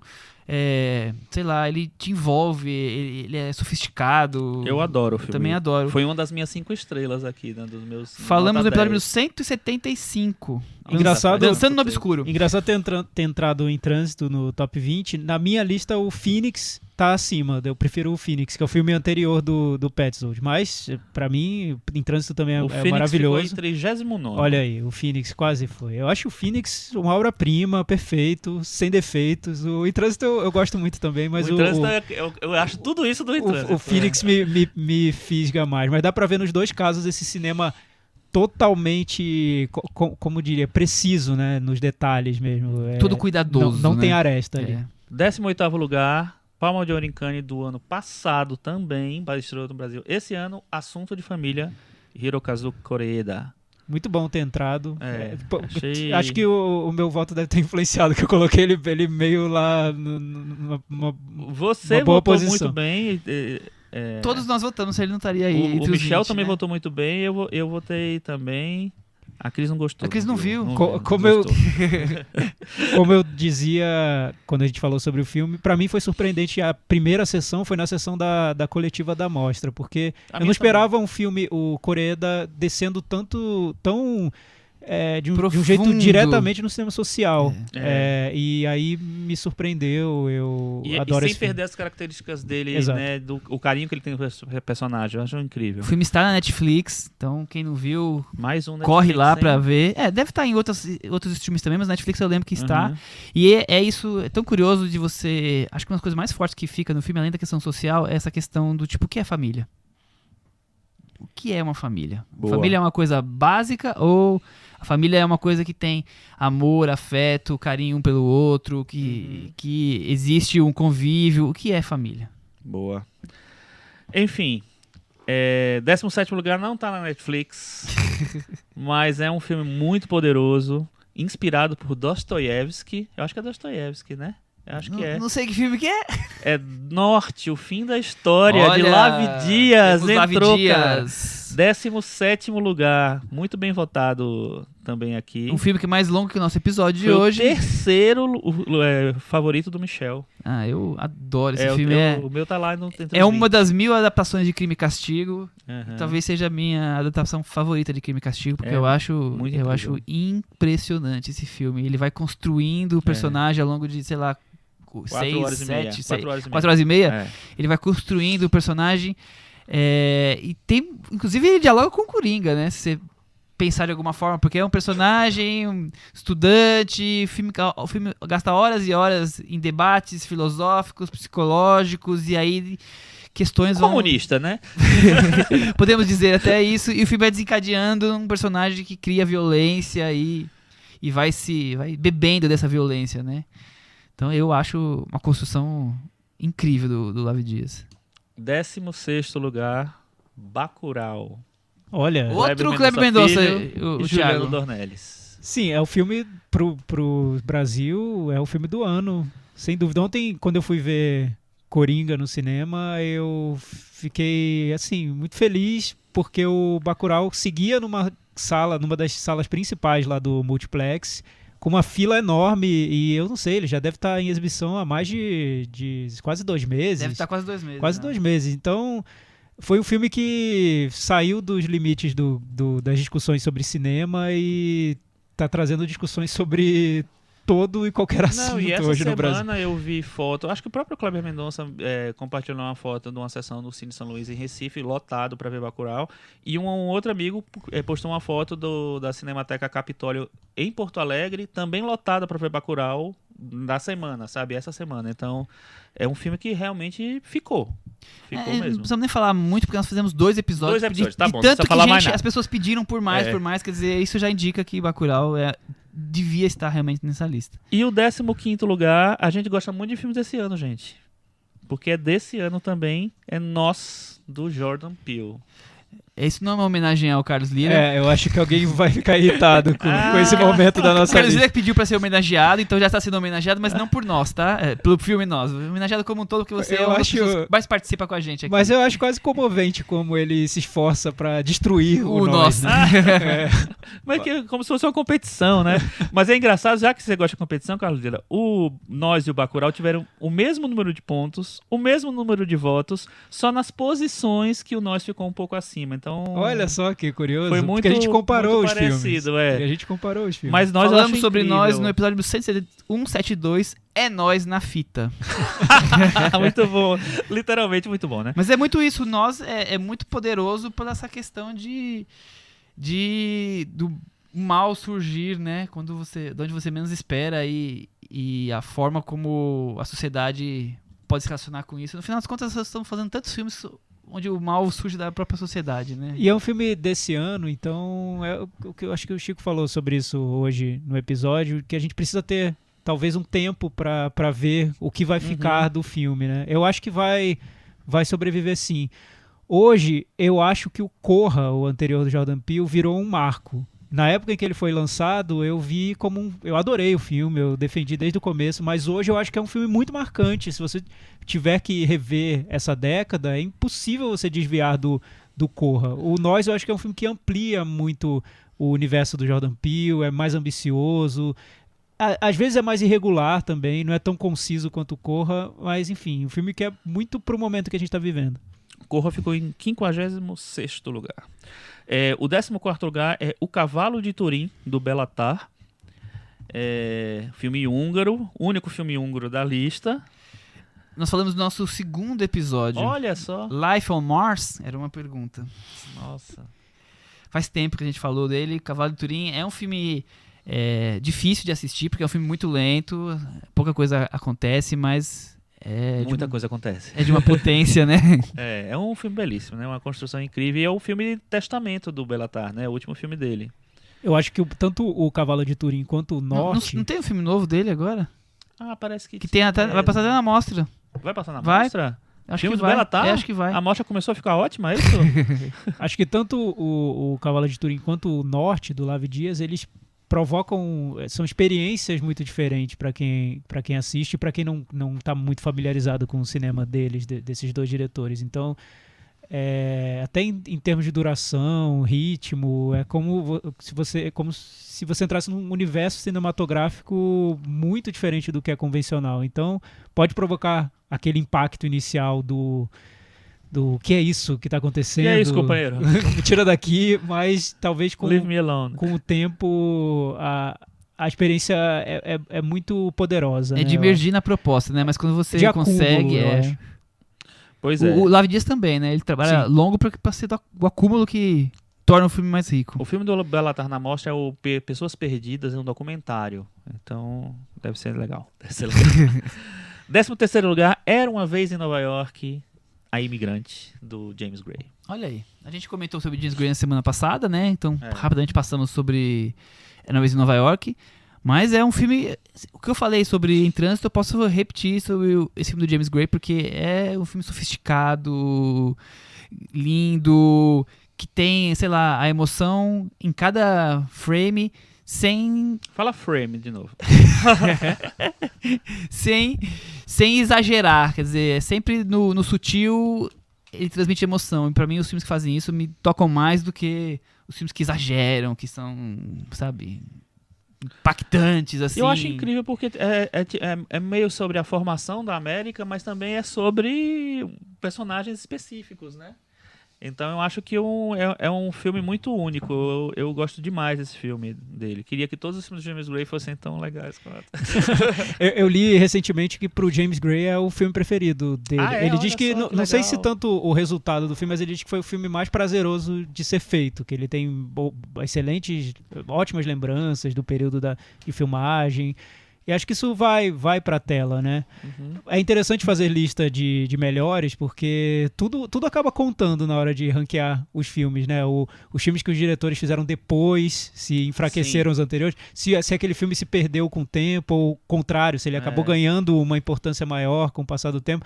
E pra mim, particularmente, ter visto a Ad Astra fez o Era Uma Vez em Nova York crescer de um jeito que eu mesmo? tenho até que rever, porque eu adoro esse filme. Eu acho, como disse o Michel, acho que ele é exato, assim, tá tudo perfeitinho ali Ele foi dentro. meu terceiro filme da lista. Terceiro da Olha lista? só, meu então o terceiro. Chico é o Eu principal adoro. responsável, mas todos nós Olha votamos só. bem, com certeza. Enfim, assistam. Olha, Não sei, de- é difícil encontrar os filmes do James Gray nas plataformas de streaming, né? não Procurei sei. vários e Eu não vou encontrei pesquisar nenhum. aqui e falo pra vocês em alguns instantes se O tem esse filme nas formas 12º nas plataformas. colocado foi Cópia Fiel de Abbas Kiarostami. Filme Esse- de 2010. Esse tá no meu top 5. Eu acho incrível esse filme. E esse filme eu acho que cresceu muito. Porque imagina, numa época que a gente nem discutia toda essa questão de fake news, do que é cópia, do que é realidade, do que a tecnologia, o digital permite para que o real seja distorcido, o Kiarostami já estava uns 30 anos à frente, mais ou menos, discutindo todas essas questões.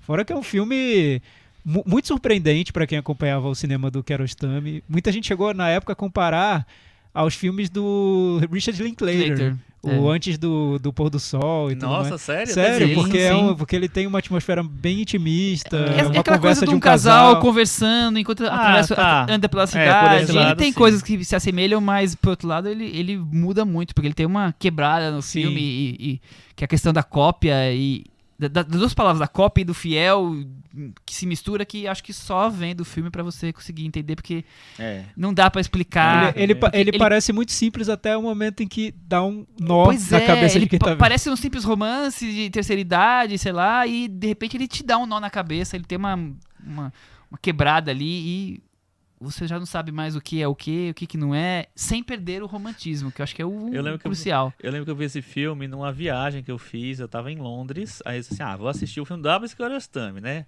Lá, a galera lá falando em francês, eu acompanhando a legenda em inglês e tá, legal, bonitinho o filme e tal, que de repente, meu Deus, como assim? O que tá acontecendo? O que tá acontecendo? Voltando só que eu fiquei vendo, Era Uma Vez em Nova York, está no Globoplay. Legal. 11º lugar, um filme que a gente ainda vai falar sobre ele, Parasita, de Bong Joon-ho. Olha, esse, Será que a gente gostou? esse entrou na lista antes de entrar na varanda. Estamos dando prematuro. Um Esse spoiler do episódio, hein?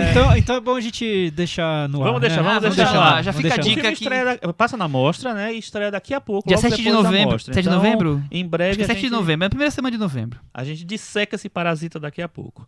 Top 10. 10º lugar, Roma, de Alfonso Cuarón. Cris Roma. Roma. Tava na minha lista também. Foi um filme votado por todo mundo. A gente falou também dele recentemente, ele teve toda essa polêmica, ganhar Oscar, não ganhar, ganhou o prêmio. É um filme que nos surpreendeu, né? Sim. Em vários aspectos, né? É um filme que tem muitas qualidades. A gente dissecou aqui. Depois você lembra aí o nosso episódio favorito dele, que tem o Roma. Roma ganhou também o Leão de Ouro de Veneza no ano passado e foi um dos... Episódio 157, quem tem Roma vai ao Oscar, Thiago. Olha só, muito bem. Pois é, foi um filme que me surpreendeu muito. A sessão em que eu vi o filme, foi um filme da Netflix, mas teve algumas sessões aqui na cidade. E uma pena não ter tido mais, porque é muito legal assistir esse filme no cinema. Ele tem... Até parece coisa meio aquele formalismo babaca, né? Falar, ele tem um desenho de som maravilhoso, mas é muito importante pro filme. Tem. E ele te envolve de uma maneira que parece que você tá dentro da ação, ao mesmo tempo em que cada cena é construída com um perfeccionismo que beira o exagerado, né? Pra mim não foi. Tem alguns que acham que sim, mas pra mim não foi. Eu acho um filme incrível. Incrível. Esse é o 10º esse? Esse é o 10º. Tá. Aproveitando a deixa do Thiago, ontem eu falei com a assessora da Netflix, o irlandês do Martin Scorsese, que tem a mesma situação do Roma, é lançado pela Netflix, vai passar no cinema sim. Você tá dando um furo, é em isso? cinemas selecionados. Não, ela falou assim, tem no trailer e falando isso, mas assim, não fica muito claro se era lá fora Nos Estados Unidos ou aqui. Vai passar sim em cinemas selecionados a partir de 14 de novembro. Então, Opa, estaremos em breve, lá, então. É isso. Então, filme 3h30, mas estaremos lá. Eu estarei. 9º lugar, Tabu, de Miguel Gomes. Isso eu vou pedir pra você falar. Foi meu primeiro lugar. Por isso. Eu amo, sou apaixonado, arriado os 4 pneus por esse filme. Acho incrível. Eu não lembro com quem eu falei essa semana, semana passada. Teve alguém que falou. Não sei se foi você, Thiago, não sei mais quem foi. Alguém falou pra mim, não, porque tem uma visão. Tem. O africano, as pessoas, né, os intelectuais africanos, veem Tabu como uma visão de colonizador, veem Tabu como o cara branco tentando olhar pra África. Ele é o cara branco tentando olhar pra África. Eu acho que tudo bem ser assim, acho que não tem problema. Não é esse o problema. Eu acho que Tabu é um filme que é tanta coisa, sabe? É um filme sobre cinema, é sobre a história do cinema, é um filme sobre a colonização, é um filme que tenta, sei lá, remontar da maneira dele o que é aquele processo. É um filme que eu acho fascinante. É o mais próximo que o cinema atual chegou de Aurora? O clássico. Olha é uma o comentário. homenagem a Tabu, não a Aurora, mas do... A Tabu, quer dizer, Tabu desculpa, confundi. do Murnau, Confundi os títulos do Murnau. É uma homenagem, né? Tem inclusive a mesma divisão de capítulos, né? Que são 2 só, na verdade. Do Tabu do Murnau, eu acho um filme incrível. Eu lembro que essa sessão do Tabu eu vi com o Michel numa mostra e terminou o filme, só foi aquela reação de, pois é, né? Vamos Que falar coisa o quê, cinema, né? Que coisa bonita. Que cinema. coisa bonita o cinema. O silêncio, acho que diz mais do que se tivesse comentado alguma coisa, É um né? filme com muitas ideias. O cinema do Miguel Gomes, que fez o Aquele Mil e Uma Mês de Agosto. Noites, aquele querido Mês de Agosto, eu acho Maravilhoso. incrível. É um cinema com muitas ideias, né? Então parece que ele quer incluir tudo dentro de um filme, até o que for possível. Então você sai da sessão um pouco ali querendo muito tempo pra refletir sobre o que acabou de ver. Exatamente. Não é um cinema simples, fácil Não. e que bom que não. O 8º lugar, pra mim, foi uma surpresa, que eu não imaginava que a gente gostava tanto do filme. Ele ficou, acho que no... O Thiago votou entre os 10, o Michel acho que votou no 11º, talvez. E eu votei entre os 20. O Ato de Matar, de Joshua Nossa, é um filme eu adoro esse poderosíssimo. filme. É muito bom. Ainda muito bem que ele genial entrou. esse Ele tá filme. em 8º? 8º lugar. Olha, que bom. Esse filme todo mundo tem que ver, Tem eu que acho. ver. Hoje Esse ainda filme tem mais. que ver. Haja estômago, né? É. Tem nos streamings também. É assim, se você viu Coringa e achou forte, aí você vai ver o Ato de Matar E e vai achar vai que não aconteceu nada vai em Coringa. pensar É. seus conceitos. Que porrada. Lembrando que é um documentário Indonésia, Filipinas? Passa na Indonésia. Indonésia. É dirigido por o Joshua é americano, mas a O filme é produção dinamarquês, né? dinamarquês ou sueca, não lembro direito. Dinamarquês. Basicamente, ele conseguiu fazer entrevistas com torturadores da época da ditadura, como se hoje ainda não Na fosse uma Indonésia. ditadura lá, né? Mas é Isso. mais enrustida. Ele entrevista os torturadores e os torturados e E ele consegue faz as pessoas reencenarem. cenarem. Ele consegue as coisas cenas de incríveis, tortura. horrorosamente incríveis. É um... Impressionante como ele consegue tirar aquilo das pessoas e é horripilante. Não, e fora É um que filme ele, de terror. É um filme belíssimo visualmente, a construção visual do filme é incrível. E você, às vezes, eu mesmo fiquei muito dividido se eu tinha gostado muito desse filme, mas eu tinha gostado. Porque às vezes parece que ele está explorando aquelas situações. E só que não, né? Não sei. E o filme enfim. discute isso também, né? Discute. O que pode, o que o cinema pode, se é moralmente correto ou não. Tá tudo dentro do filme, né? Eu acho que esse devia ser exibido na tela quente hoje. Acho que todo mundo devia ver. Não tem condição. Porque essa questão da tortura é muito presente, Sim, né? sem dúvida. A gente banalizou no Brasil, então, de tal maneira que você fala tortura, a pessoa acha que é alguém indo fazer cócegas lá em você, né? Tem todo é muito profundo o que é a tortura, né? Sim, e acho que o sem cinema, dúvida. às vezes, é importante para trazer de volta o significado que se perdeu. Esse filme é a resposta exata pra quem acha que tortura é uma coisa viável. Tortura nunca mais, gente. 7º lugar.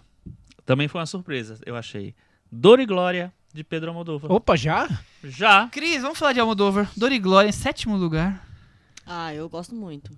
Eu gosto mais, por exemplo, que A Pele que Habito, que eu acho que é um que também tava Flertando aí, com a lista. pleiteando aí seu lugar ao sol nessa lista. E a gente já falou aqui, né? Eu acho que é um filme que é para fãs, tem um lado que é para fãs, assim, mas assim, ele é brilhante, perfeitamente executado. Nossa, A Pedra no Sapato, uma das, né? No Oscar de 2020. Isso aí. Episódio 186, O Brinquedo que Habito. Quer dizer que no consenso a Palma de Ouro não seria nem Parasita nem Bacurau, seria Curioso, né? Dor e Glória? O consenso foi favorável ao Dor e Glória. Viu? Como nas premiações acontece isso. Às vezes não é o filme preferido De do 2 ou presidente 3, do né? júri. É. Enfim. E... Mas vamos ver, mais porque, justo, muito porque a justo. Cris não viu Parasita ainda. Pode ser que o resultado Pode ser que ela ponha em mudasse primeiro e aí mude. a Sim, partir tem razão, disso. tem toda a razão. O Pele que Habito também apareceu na lista, mas lá no 110, lá mais pra trás. O nosso 6º lugar, polêmico, rolou polêmica aqui, né, nessa feitura dessa lista. Twin Peaks, O Retorno de David Lynch. Opa, entrou. E aí, Entrou. a gente ficou naquela dúvida, entrava, não entrava, valia, não valia. No final cada a gente decidiu que tudo valeu, cada um por Cada um si. tinha um critério e aí ele ficou, né? Pois é bom até pra agora, nesse momento, a gente falar sobre critério. A gente preferiu liberar todas as possibilidades. Podia entrar série, filme, se foi exibido no cinema ou não, né, Chico? Ficou a critério de cada um. Eu vou confessar que eu fui o único que não votei nesse filme, apesar desse filme, né? Nesse produto Audiovisual. Chico se traindo agora. Porque eu amo isso aqui, Twin Peaks. Talvez fosse meu primeiro lugar se eu considerasse. Mas eu queria focar em filmes. Então eu tentei. Eu até votei em alguns filmes que teve essa versão de série, mas que foram lançados como filme de alguma maneira. No formato de filme de alguma maneira. Então, Mistérios de Lisboa e O Pequeno Cancan foram essas duas minhas exceções. Mas o Twin Peaks eu achei... não queria... Meu ascendente é virgem e aí não dá, eu fico nervoso. Já eu votei porque pra Mas mim eu amo, adoro. Twin Peaks é um filme de 8, 10 horas que foi 18 horas. 18 horas, sei lá quantos episódios 8, 10, são, 8 horas. que foi exibido em 18 semanas pra gente poder assistir. Cris, e você acha de Twin Peaks? Ela votou só em primeiro lugar. Eu sei, por isso que eu tô pedindo pra ela falar. Eu acho que foi o grande acontecimento da década, né? Esperado. E é isso, assim, eu acho que é um formato totalmente fora da casinha, assim, que nem o streaming, que nem nada estava preparado. E começou a rolar o boato de que vai ter a continuação, né? A continuação. Opa, queremos. Cris Quarta falou que é o temporada. acontecimento audiovisual da década, Thiago. Eu concordo com a Cris, concordo viu? também. Eu não coloquei em primeiro na minha lista, mas se você pensar que foi uma década em que se falou muito no papel do streaming, a gente teve o fenômeno do Roma, que foi um filme da Netflix, se o streaming contava como cinema ou não, o Festival de Cannes acha que não e provocou praticamente um boicote à Netflix. O Twin Peaks passando por essas discussões, ele é o filme que mais representa o momento que a gente vive, porque é puro cinema, Mas é um filme pra TV e... filme E aí? Tava no E streaming. onde fica... E é um filme como dentro você, do filme. Como você porque, coloca... Onde né, você coloca esse A filme? fragmentação dele deu a possibilidade dele ser dele ser diversos filmes ao mesmo tempo que ele é um filme só, enfim. É dividido em 18 episódios. Como o Michel disse, dá pra ser visto como um filme de 18 horas, mas dentro desse filme de 18 horas você tem, por exemplo, um episódio que acho que é o episódio 8, que é um filme Que é dentro do das filme de maiores 18 horas, obras-primas. que é uma obra-prima. Exatamente, Enfim, Obra-prima. além de tudo isso, é o retorno De Jedi. do David Lynch, que nem eu tava esperando, eu sou muito fã dele, mas eu não esperava algo assim, eu também de não. fazer o fã chorar, ajoelhado na Paulista. Acordar 4 da manhã pra assistir na Netflix e coisas do tipo. É tudo que a gente queria, é algo que a gente nem sabia que queria. Também. Exatamente. Falamos de Twin Peaks no episódio 75 e do 90. Acho que 75 a gente falou, recapitulando a série antiga aí do primeiro e segundo episódio, e 90 a gente finalizou com todo. E inclusive ele ganhou o Varanda Awards, né? Verdade. Quinto lugar, nosso top 5 agora. Carol, de Todd Haynes. Olha, surpreso, eu não coloquei no meu top 10. Foi um filme que com o tempo, pra mim, foi se perdendo. Talvez eu tenha que rever, mas alguém colocou em primeiro, segundo, terceiro? Não, Não, em primeiro não, ele tá ali quem nos votou primeiros. mais alto foi o Michel, que deve estar no top 20 aqui. É porque eu tô olhando pelos pontos, então ele teve 85 pontos do Michel, de 100. Então ele deve estar lá no 15º, 15º, 16º. Vai lá, 16º, Michel. Mas ele é um filme, eu acho lindo, deslumbrante, romântico, ao mesmo tempo que traz pra gente questões que ainda são tabus, como relacionamentos fora do heterossexual, quer dizer, tá tudo ali, é questão de classes e de você ter que evitar os seus impulsos por questão da sociedade. Todd Haynes, quando acerta, E o filme fantástico. Muito bem dirigido, né? É cada lindo, detalhe, tudo é cada lindo, coisa. né? É um negócio... lindo não é só a história, lindo é como ele filma essa A história. gente falou sobre ele, não foi, Michel? No comecinho também do podcast, no episódio número 4. 4 lançamentos e um funeral. Meu Deus. Nosso quarto lugar foi o top 1 de Michel Simões, que é Trama Fantasma de Paul Thomas Anderson. Michel, Preciso falar sobre Trama Fantasma? eu acho que precisa. É o filme da década. É o seu, é o seu primeiro lugar. E é engraçado, porque se você for repassar a trajetória do Paul Thomas Anderson, pelo menos no meu ponto de vista, o Trama Fantasma fica parecendo um filme, claro, muito bom. Eu adoro o filme, a gente elogiou muito aqui na varanda, mas eu não acho que seria o filme ou um dos filmes mais importantes do Paul Thomas Anderson. Parece até um projeto mais pessoal, diferente. O que você acha disso? Episódio 115, falando sobre ele, O Diabo Veste a Amada. que é sobre Trama Fantasma, né? Eu acho tão rico. A primeira forma que ele filma sempre me fascina. Ele é aquele filme que eu tava assistindo e a coisa no estômago me pegando, porque eu vejo tudo que ele tá querendo dizer, eu vejo nos personagens e na forma com que ele vai criando. Então, eu vejo aquele personagem tão diferente do comum, tão egoísta, difícil, ao mesmo tempo consegue ser caridoso, carinhoso. É tão esse misto, e também a personagem que é a garçonete, que se submete a tudo por conta de um relacionamento com alguém mais importante, famoso, que aí deveria ser o líder, e ela tem que ser o passivo do relacionamento, e ela vai se impondo em algum momento, e a coisa se constrói, e é um relacionamento que quase são dois ruins um pro outro, mas que gostam de estar juntos, e é uma relação de dependência ao mesmo tempo que é uma relação destrutiva, e a coisa se constrói dessa forma. Eu acho uma coisa assim, eu já vi 3 vezes Trabalho no de cinema. carpintaria. E eu que não vou no cinema rever filmes, eu vi 3 vezes no cinema, porque eu acho Olha. demais. Terceiro lugar, top 3, hein? L, de Paul Verhoeven.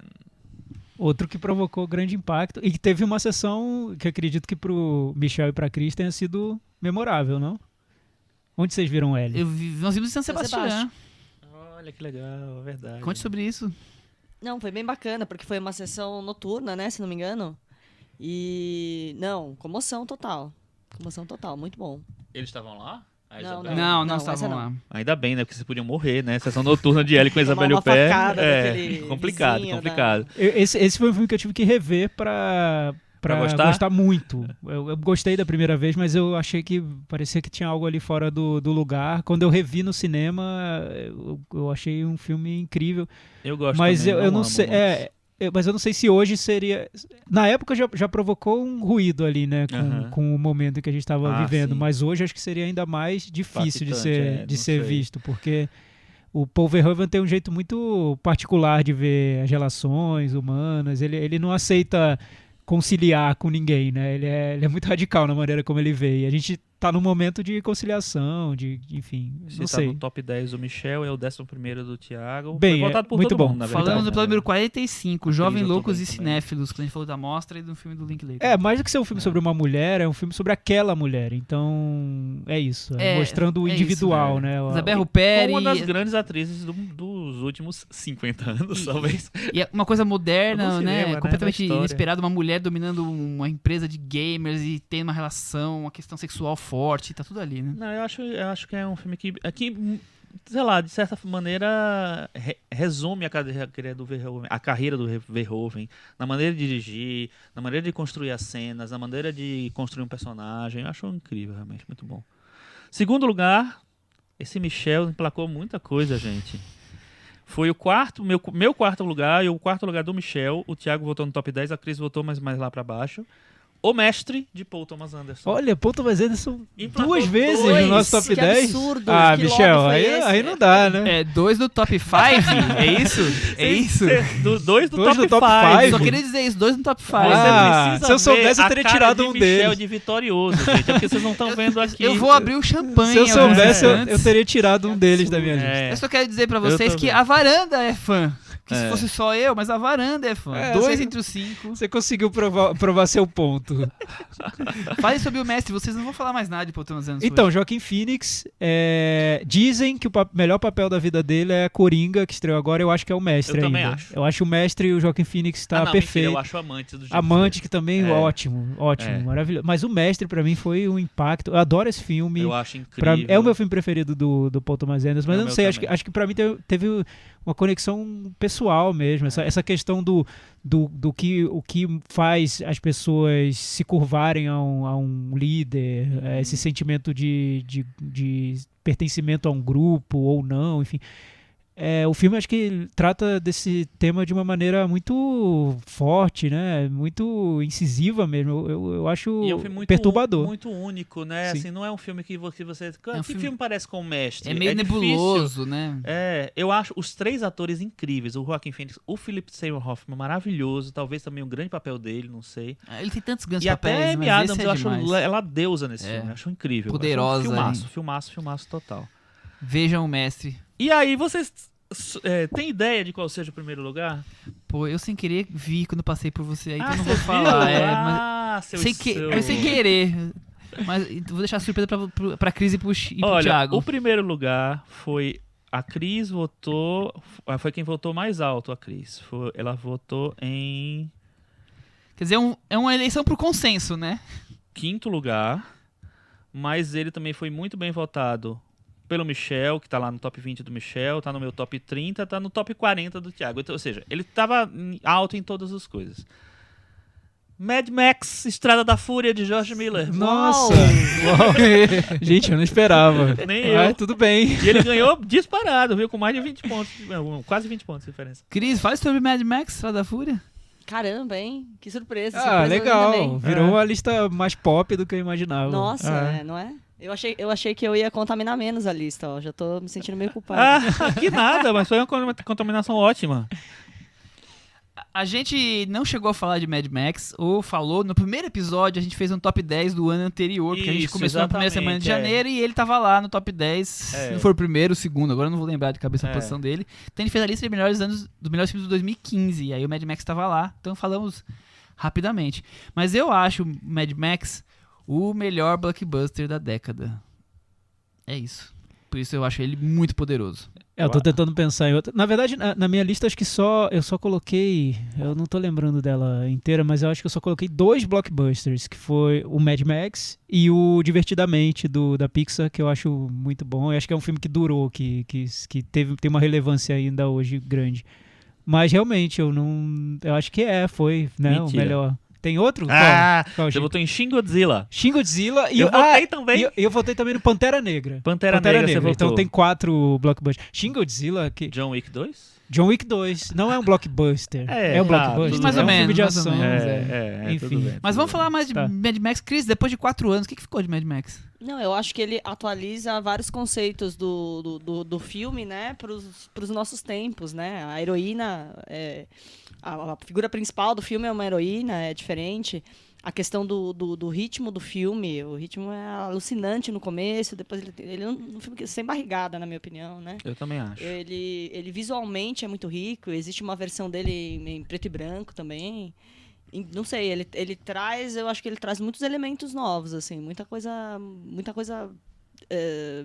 aquela coisa da continuação que tinha alguma coisa para contar. A gente falou do Twin Peaks, né? Eu acho que são 2 casos de continuações que tinham coisas a dizer de verdade. E continuações muito tempo depois, Muito tempo né? E depois. de diretores É. que talvez a gente nem estivesse esperando algo tão forte, né? O curioso, George né? A Miller gente já estava um comentou tempo aqui. sem fazer. É uma década que teve continuações de passo distante, né? A gente falou aqui do Trainspotting, do Casamento Grego, assim, Tem vários depois filmes que retomaram, né? que retomaram muito tempo, né? A gente é acostumado MIB. com intervalos bem menores, né?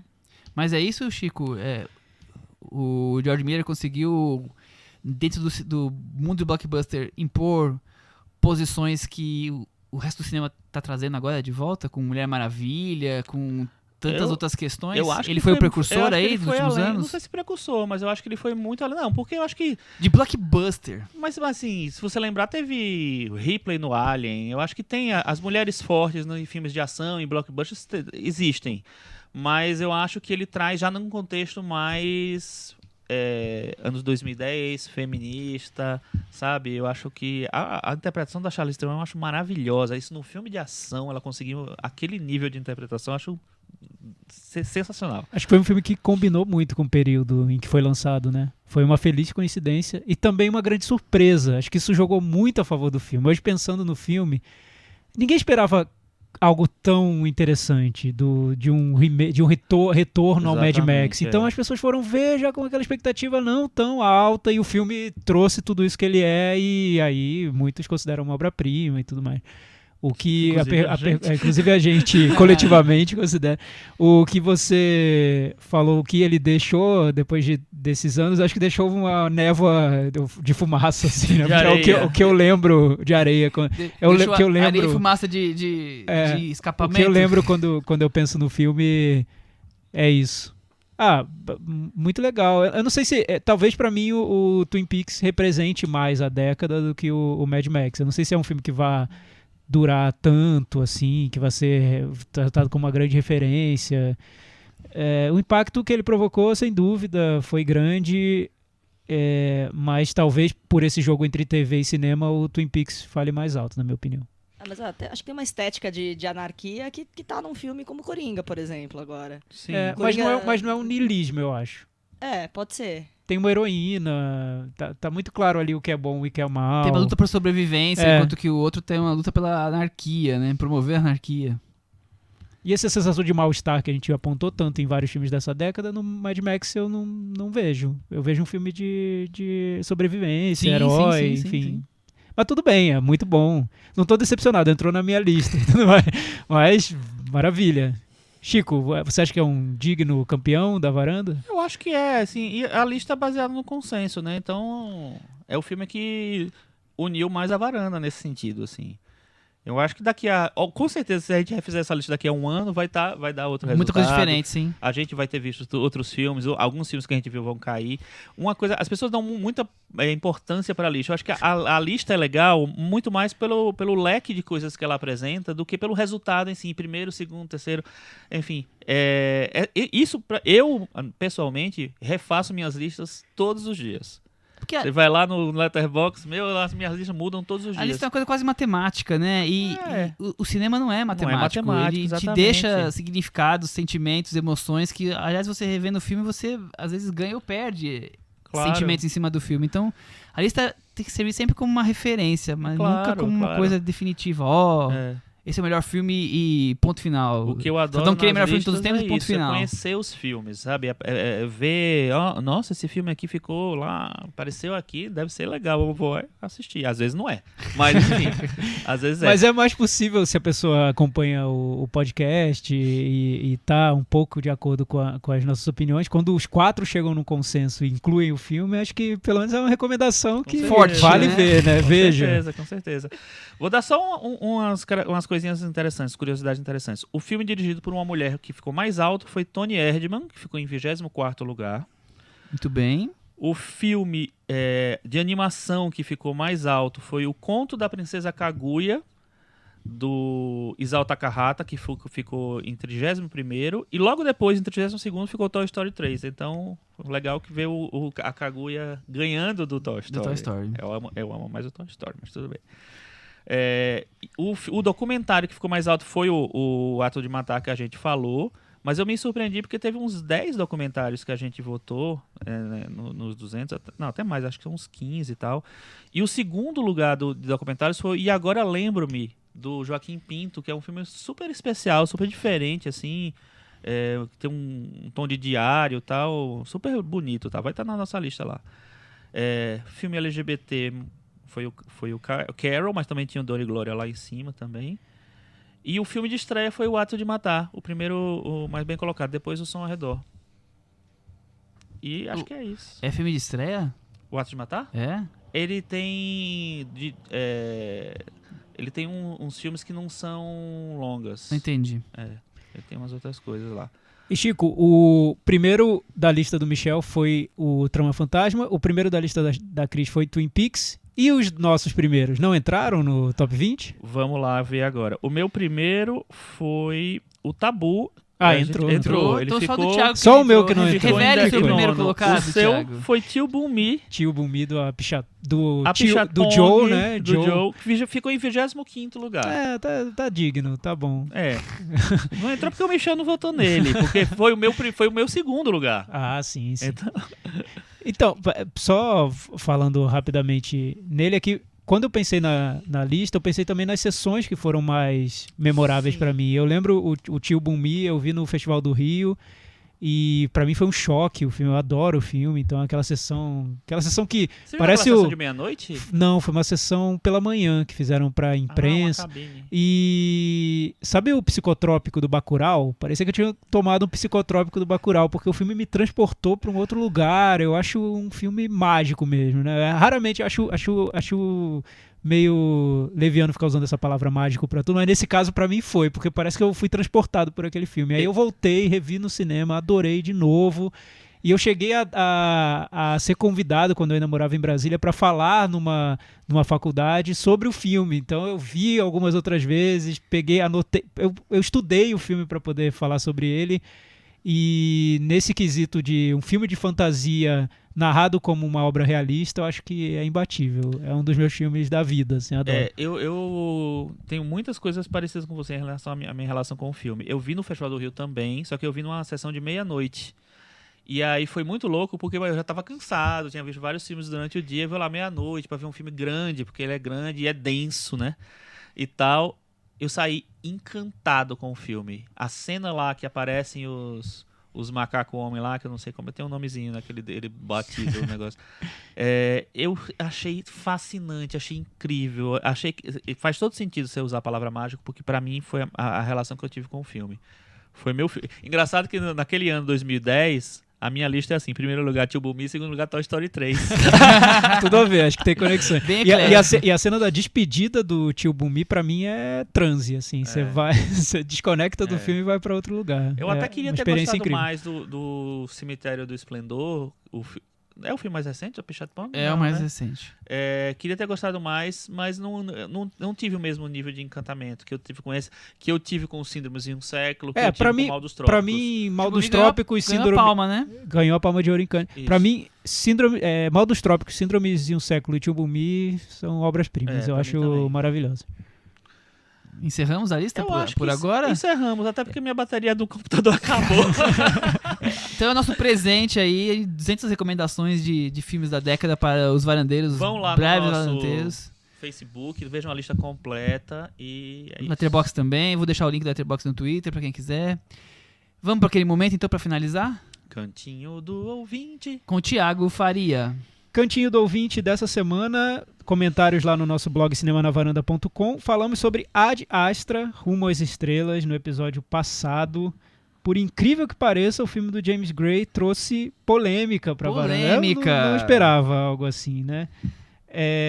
O Rafael Palone, que foi aquele varandeiro, ouvinte varandeiro, que encontrou o Michel e a Cris no cinema e quase teve um piripaque, ficou muito feliz porque a gente citou o comentário dele no episódio passado e deixou um comentário no nosso blog.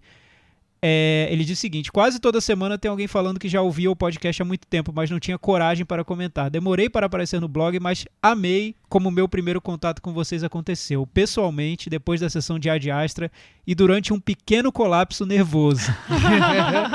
Olha só. Inclusive, gostaria de pedir desculpas caso eu tenha parecido meio psicopata. Não precisa, o Rafael, porque como disse a Phoebe, a atriz do Fleabag, Phoebe Waller-Bridge, ela foi no Saturday Night Live essa semana e ela falou que é um bom momento para os psicopatas. Tá em alta, é legal ser psicopata, tá tranquilo. Tem a ver, inclusive, com esse programa episódio de hoje. Antes de tietar, fiquei andando pertinho para ouvir a voz e ter certeza que eram vocês. Como foi pela voz? Agora, Rafael. Foi pela pelo sombra cheiro. Olha os bastidores de um encontro. Eu comecei a ficar com medo agora, Rafael. Mas tudo bem, normal. Segue o jogo. Depois da menção honrosa no final desse episódio, sinto que chegou a minha hora de sair do armário varandeiro. Ouço vocês há muito tempo, mas só agora criei coragem para comentar. Ainda estou descobrindo o cinema e amo como a Varanda colabora para expandir minha visão e bagagem cultural. Então esse episódio de hoje, Rafael, é legal, ó, tem várias recomendações para você. Acho chique quando ouço um episódio e descubro que nossas opiniões estão alinhadas, mas também fico feliz quando a gente não concorda tanto assim. Por quê? 1. Tenho ascendente em Áries e amo passar raiva. Olha isso! E 2, é muito legal acessar outras visões sobre a mesma história, ainda mais de forma tão bem debatida como acontece na Varanda. Eu tô falando tudo isso, olha o lado psicopata do nosso amigo, eu tô falando tudo isso, mas a verdade é que eu xinguei vocês pra minha psicóloga quando vocês desceram o pau em Cafarnaum. Cara, desculpa, Rafael. Estamos... Pra mim, o mais interessante é que nós estamos... Desabafo cinéfilo. Entramos na terapia, isso. E terapia cinéfila. Muito interessante. Nossa, aquele filme com um menino tão lindo, maravilhoso. Como é que eles não gostaram? Como é que eles não gostaram? Que falta de sensibilidade. Acho que deve ser mais uma citação a Phoebe Waller-Bridge aqui, que tem uma cena no Fleabag que ela vai pra terapeuta, ela começa a falar coisas tão desconexas que a terapeuta começa a passar o hidratante no braço. Foi por aí. Tenho elogios para todos, mas vou desmembrar pelos próximos comentários. Oba, vai ter uma série aí de comentários. Aguardamos as próximas para cada um. Ele começou por quem, né? Ele disse que agora ninguém vai mais pará-lo. Neste aqui vou destacar que adoro quando o Thiago encarna o advogado do diabo. Cara, não foi de propósito. Isso é sempre. Eu queria ter gostado mais do filme do James Gray. Enfim, muito obrigado por este podcast, pelo tanto que vocês me ajudam a reafirmar todas as semanas o meu amor pelo cinema. Sempre me imagino entrando no papo e trocando ideias com vocês, mas visto o histórico do nosso primeiro encontro, talvez eu precise me preparar um pouquinho mais. Abração para todos. Mas fica aí a mensagem de superação para você, que nunca deixou um comentário pra gente. Deixe o seu comentário. E Cris, tudo bem encontrar no meio da rua e sair chorando, agarrando? Tá bom. Tudo bem. Tá bom. Michel, liberado? É praticamente o momento Faustão que o Mamilos faz, né? Tá liberado então, gente. Tudo bem. A Luísa, ela fez um comentário aqui pro futuro. É meio Minority Report, bom, porque ninguém Luísa. viu ainda o filme do Scorsese, né? E ela já deu um comentário dela sobre The Irishman. Cansada desses filmes de homens brancos e héteros. Filme de máfia e que são indicados ao Oscar. Que fetiche é esse? Green Book era retrógrado e racista, mas sério mesmo que The Irishman é inovador? Estamos no século XXI, essa Hollywood já foi. Está na hora de outras histórias serem contadas, com outros personagens. De novo, o Martin Scorsese fazendo a mesma coisa, com os mesmos atores, reproduzindo o mesmo machismo da indústria do cinema. Um filme completamente feito pro ego masculino, branco e hétero. Sinceramente, espero que isso não ganhe o Oscar. Amo todos vocês. E aí? Não vimos o filme, mas deve ser isso mesmo, viu? Ela tem uma posição em que não deve ser diferente do que é o filme. Eu acho que isso tudo vai estar no filme. The Irishman, olha esse nome. Vai surpreender muito se for diferente. The Viu? White Man, Hetero Man, Irishman. Enfim, vai estar tudo isso lá. Eu acho que talvez não seja a sua praia. Enfim, muita gente ainda gosta do Scorsese, né? O próprio diretor do Coringa gosta Quer muito. falar, né? Ou Não tem nem o que dizer, né? O Robert De Niro não tá lá a passeia. O Igor Silva Delfino comentou que ele discorda bastante das opiniões sobre o filme do James Gray, acredita que as narrações em off foram fundamentais para dar complexidade ao personagem e falou mais sobre o filme. E aí ele disse o seguinte: gostaria de fazer um balanço sobre esse ano que sou ouvinte e fã do Cinema na Varanda. Então já que a gente está no episódio comemorativo, Vamos aproveitar o balanço de um ano dele. Cinema na Varanda se tornou quase uma aula semanal de cinema. Acredito que todo cinéfilo que sabe muito sobre cinema deve ouvir o podcast. Vocês me mostraram que eu não sei nada.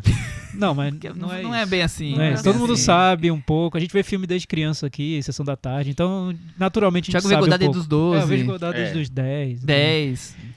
Foi engraçado no episódio do Rodrigo Teixeira que a ele gente falou: comentou é isso. absurdo alguém dizer que viu Truffaut nos 12. Eu fiquei com vergonha de dizer, mas eu via. A gente Truffaut. percebeu isso. Eu e o Com Chico 11 eu já comentamos. vi. A gente comentou não, isso. A gente se encontrou outro dia e Tudo falou assim: bem. o Thiago não teve coragem nem nós de falarmos eu isso. engoli ali É. a saliva, mas O tudo Thiago bem. é eu não essa entendia. criança. Eu não entendia, mas eu via. Só pra. Não tem tanto que não. Truffaut tem aquele filme com as criancinhas, época da inocência. Dá pra ver com 10 anos. Você dá, mas o Quarto Verde já nem tanto. Né? Não, Quarto Verde acho não. Enfim, vou exemplificar a contribuição de vocês na minha cinefilia. Conheci o cinema de Kauai. Muito obrigado, Michel. De nada. Olha aí, É Michel. um prazer influenciar Você você em coisas boas. Você já pode colocar isso no seu currículo, hein? Já acabei de Influenciei- aumentar meu currículo. É. Pô, mas Kawaii... Isso é um influencer Mas não qualificado. votou no Com Kauai certeza. na nossa lista. Quem votou no Kauai foi a Cris. É, eu sei. Mas isso é o influencer qualificado que faz a pessoa ver Kauai.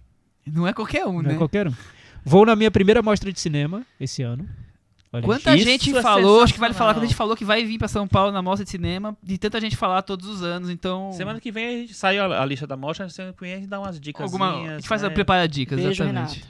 me forço a ir pelo menos uma vez por semana ao cinema e passei a fazer minhas listas de melhores filmes do ano e até a escrever críticas. É um varandeiro completo. Resumindo, Ganhou carteirinha. nesses tempos nefastos, vocês acabam ajudando a manter a discussão sobre cultura viva. O Cinema na Varanda é, além de tudo, um ato de resistência. Aí, isso aí, Igor. É esse Na o varanda comentário do Resistência, ano. Cris. Já ganhou o Varanda Certeza. Awards. Vou enxugar minhas lágrimas aqui. Já ganhou o troféu Adorei, Henrique Igor, Miura. você é meu vandandeiro Perfeito. favorito. Não, você já superou. É o que eu digo sobre nossos ouvintes que superam a gente aqui. Né? Muitos caíram. A gente é um canal para os ouvintes falarem. É tudo isso. mais. E como Mas- ele pediu, e você já falou, mas vamos reforçar, né? Carlos Lira, você é muito importante pra gente. Ah, você... sim. Vamos fazer nossa homenagem ao Carlos Lira. Sem você, essa varanda não seria a mesma. Então, continue firme e forte. Mesmo quando você não gosta dos nossos resultados, das nossas Opiniões. das opiniões, do fato de que nós é um pouquinho melhor do que Bacurau, continue com a gente ama você. Sim, eu também queria falar sobre o Carlos Lira, porque parece às vezes que eu pego no pé dele, mas é porque eu faço piada, eu Porque criou brinco. uma intimidade já, né? Já é íntimo da gente. Então, eu acho muito legal quando ele faz comentários. Eu queria todo o episódio um comentário dele. Vários ele não faz porque ele não viu o filme. Ele gosta de assistir Provavelmente, ao filme e comentar. Então, continue discordando, continue avacalhando o Jordan Peele. Coitado, viu? Já tá beirando a ofensa pessoal. Mas tudo bem, tá livre o espaço. E Mas é isso, acho que Igor, Carlos Lira, tanta gente que comenta, a gente faz o podcast para que os ouvintes participem com a gente, porque são 200 encontros que se não tivesse ouvintes, se a audiência não tivesse aí cada vez mais crescendo, comentando e formasse esse time Cinema na Varanda, o podcast não existiria, porque não teria por que a gente fazer os quatro, gravar um áudio para ninguém ouvir, para ninguém participar. Então é isso que acho que eu quero deixar de mensagem depois desses 200 episódios. Obrigado por estar aqui com a gente. E o podcast existe e tá aqui até hoje porque vocês participam, porque vocês tornam esse podcast cada vez mais rico com suas opiniões, divergências, elogios, críticas. Senão eu já tinha ido embora. Com certeza. sim, e essa história da resistência eu acho muito legal, porque é um podcast que a gente está falando sobre cinema mesmo, a gente está falando sobre os filmes, a gente não está falando sobre os temas que estão em torno dos filmes. Muitas vezes a gente acaba falando sobre isso também, né? Mas a gente gosta de falar sobre cinema, e é tão raro a gente ver no Brasil hoje discussões sobre arte, né? Discussão sobre o filme, o disco, a obra de arte plástica. Geralmente, um filme acaba gerando discussões que são mais sociais, mais políticas, e a gente está aqui insistindo na discussão sobre cinema. E é tanto a gente querendo emplacar a opinião, e a gente aqui faz um exercício de cada um pôr sua opinião. Às vezes a gente concorda, às vezes a gente discorda, mais democrático. As opiniões às vezes até mudam no meio da nossa conversa, e eu acho que o cinema é uma das coisas que serve para isso, pra gente pensar na vida, mas também se divertir e também gastar um tempo conversando com os amigos e aproveitar tudo isso, né? É isso aí. É isso aí, até semana que vem. Tchau! Tchau. Tchau.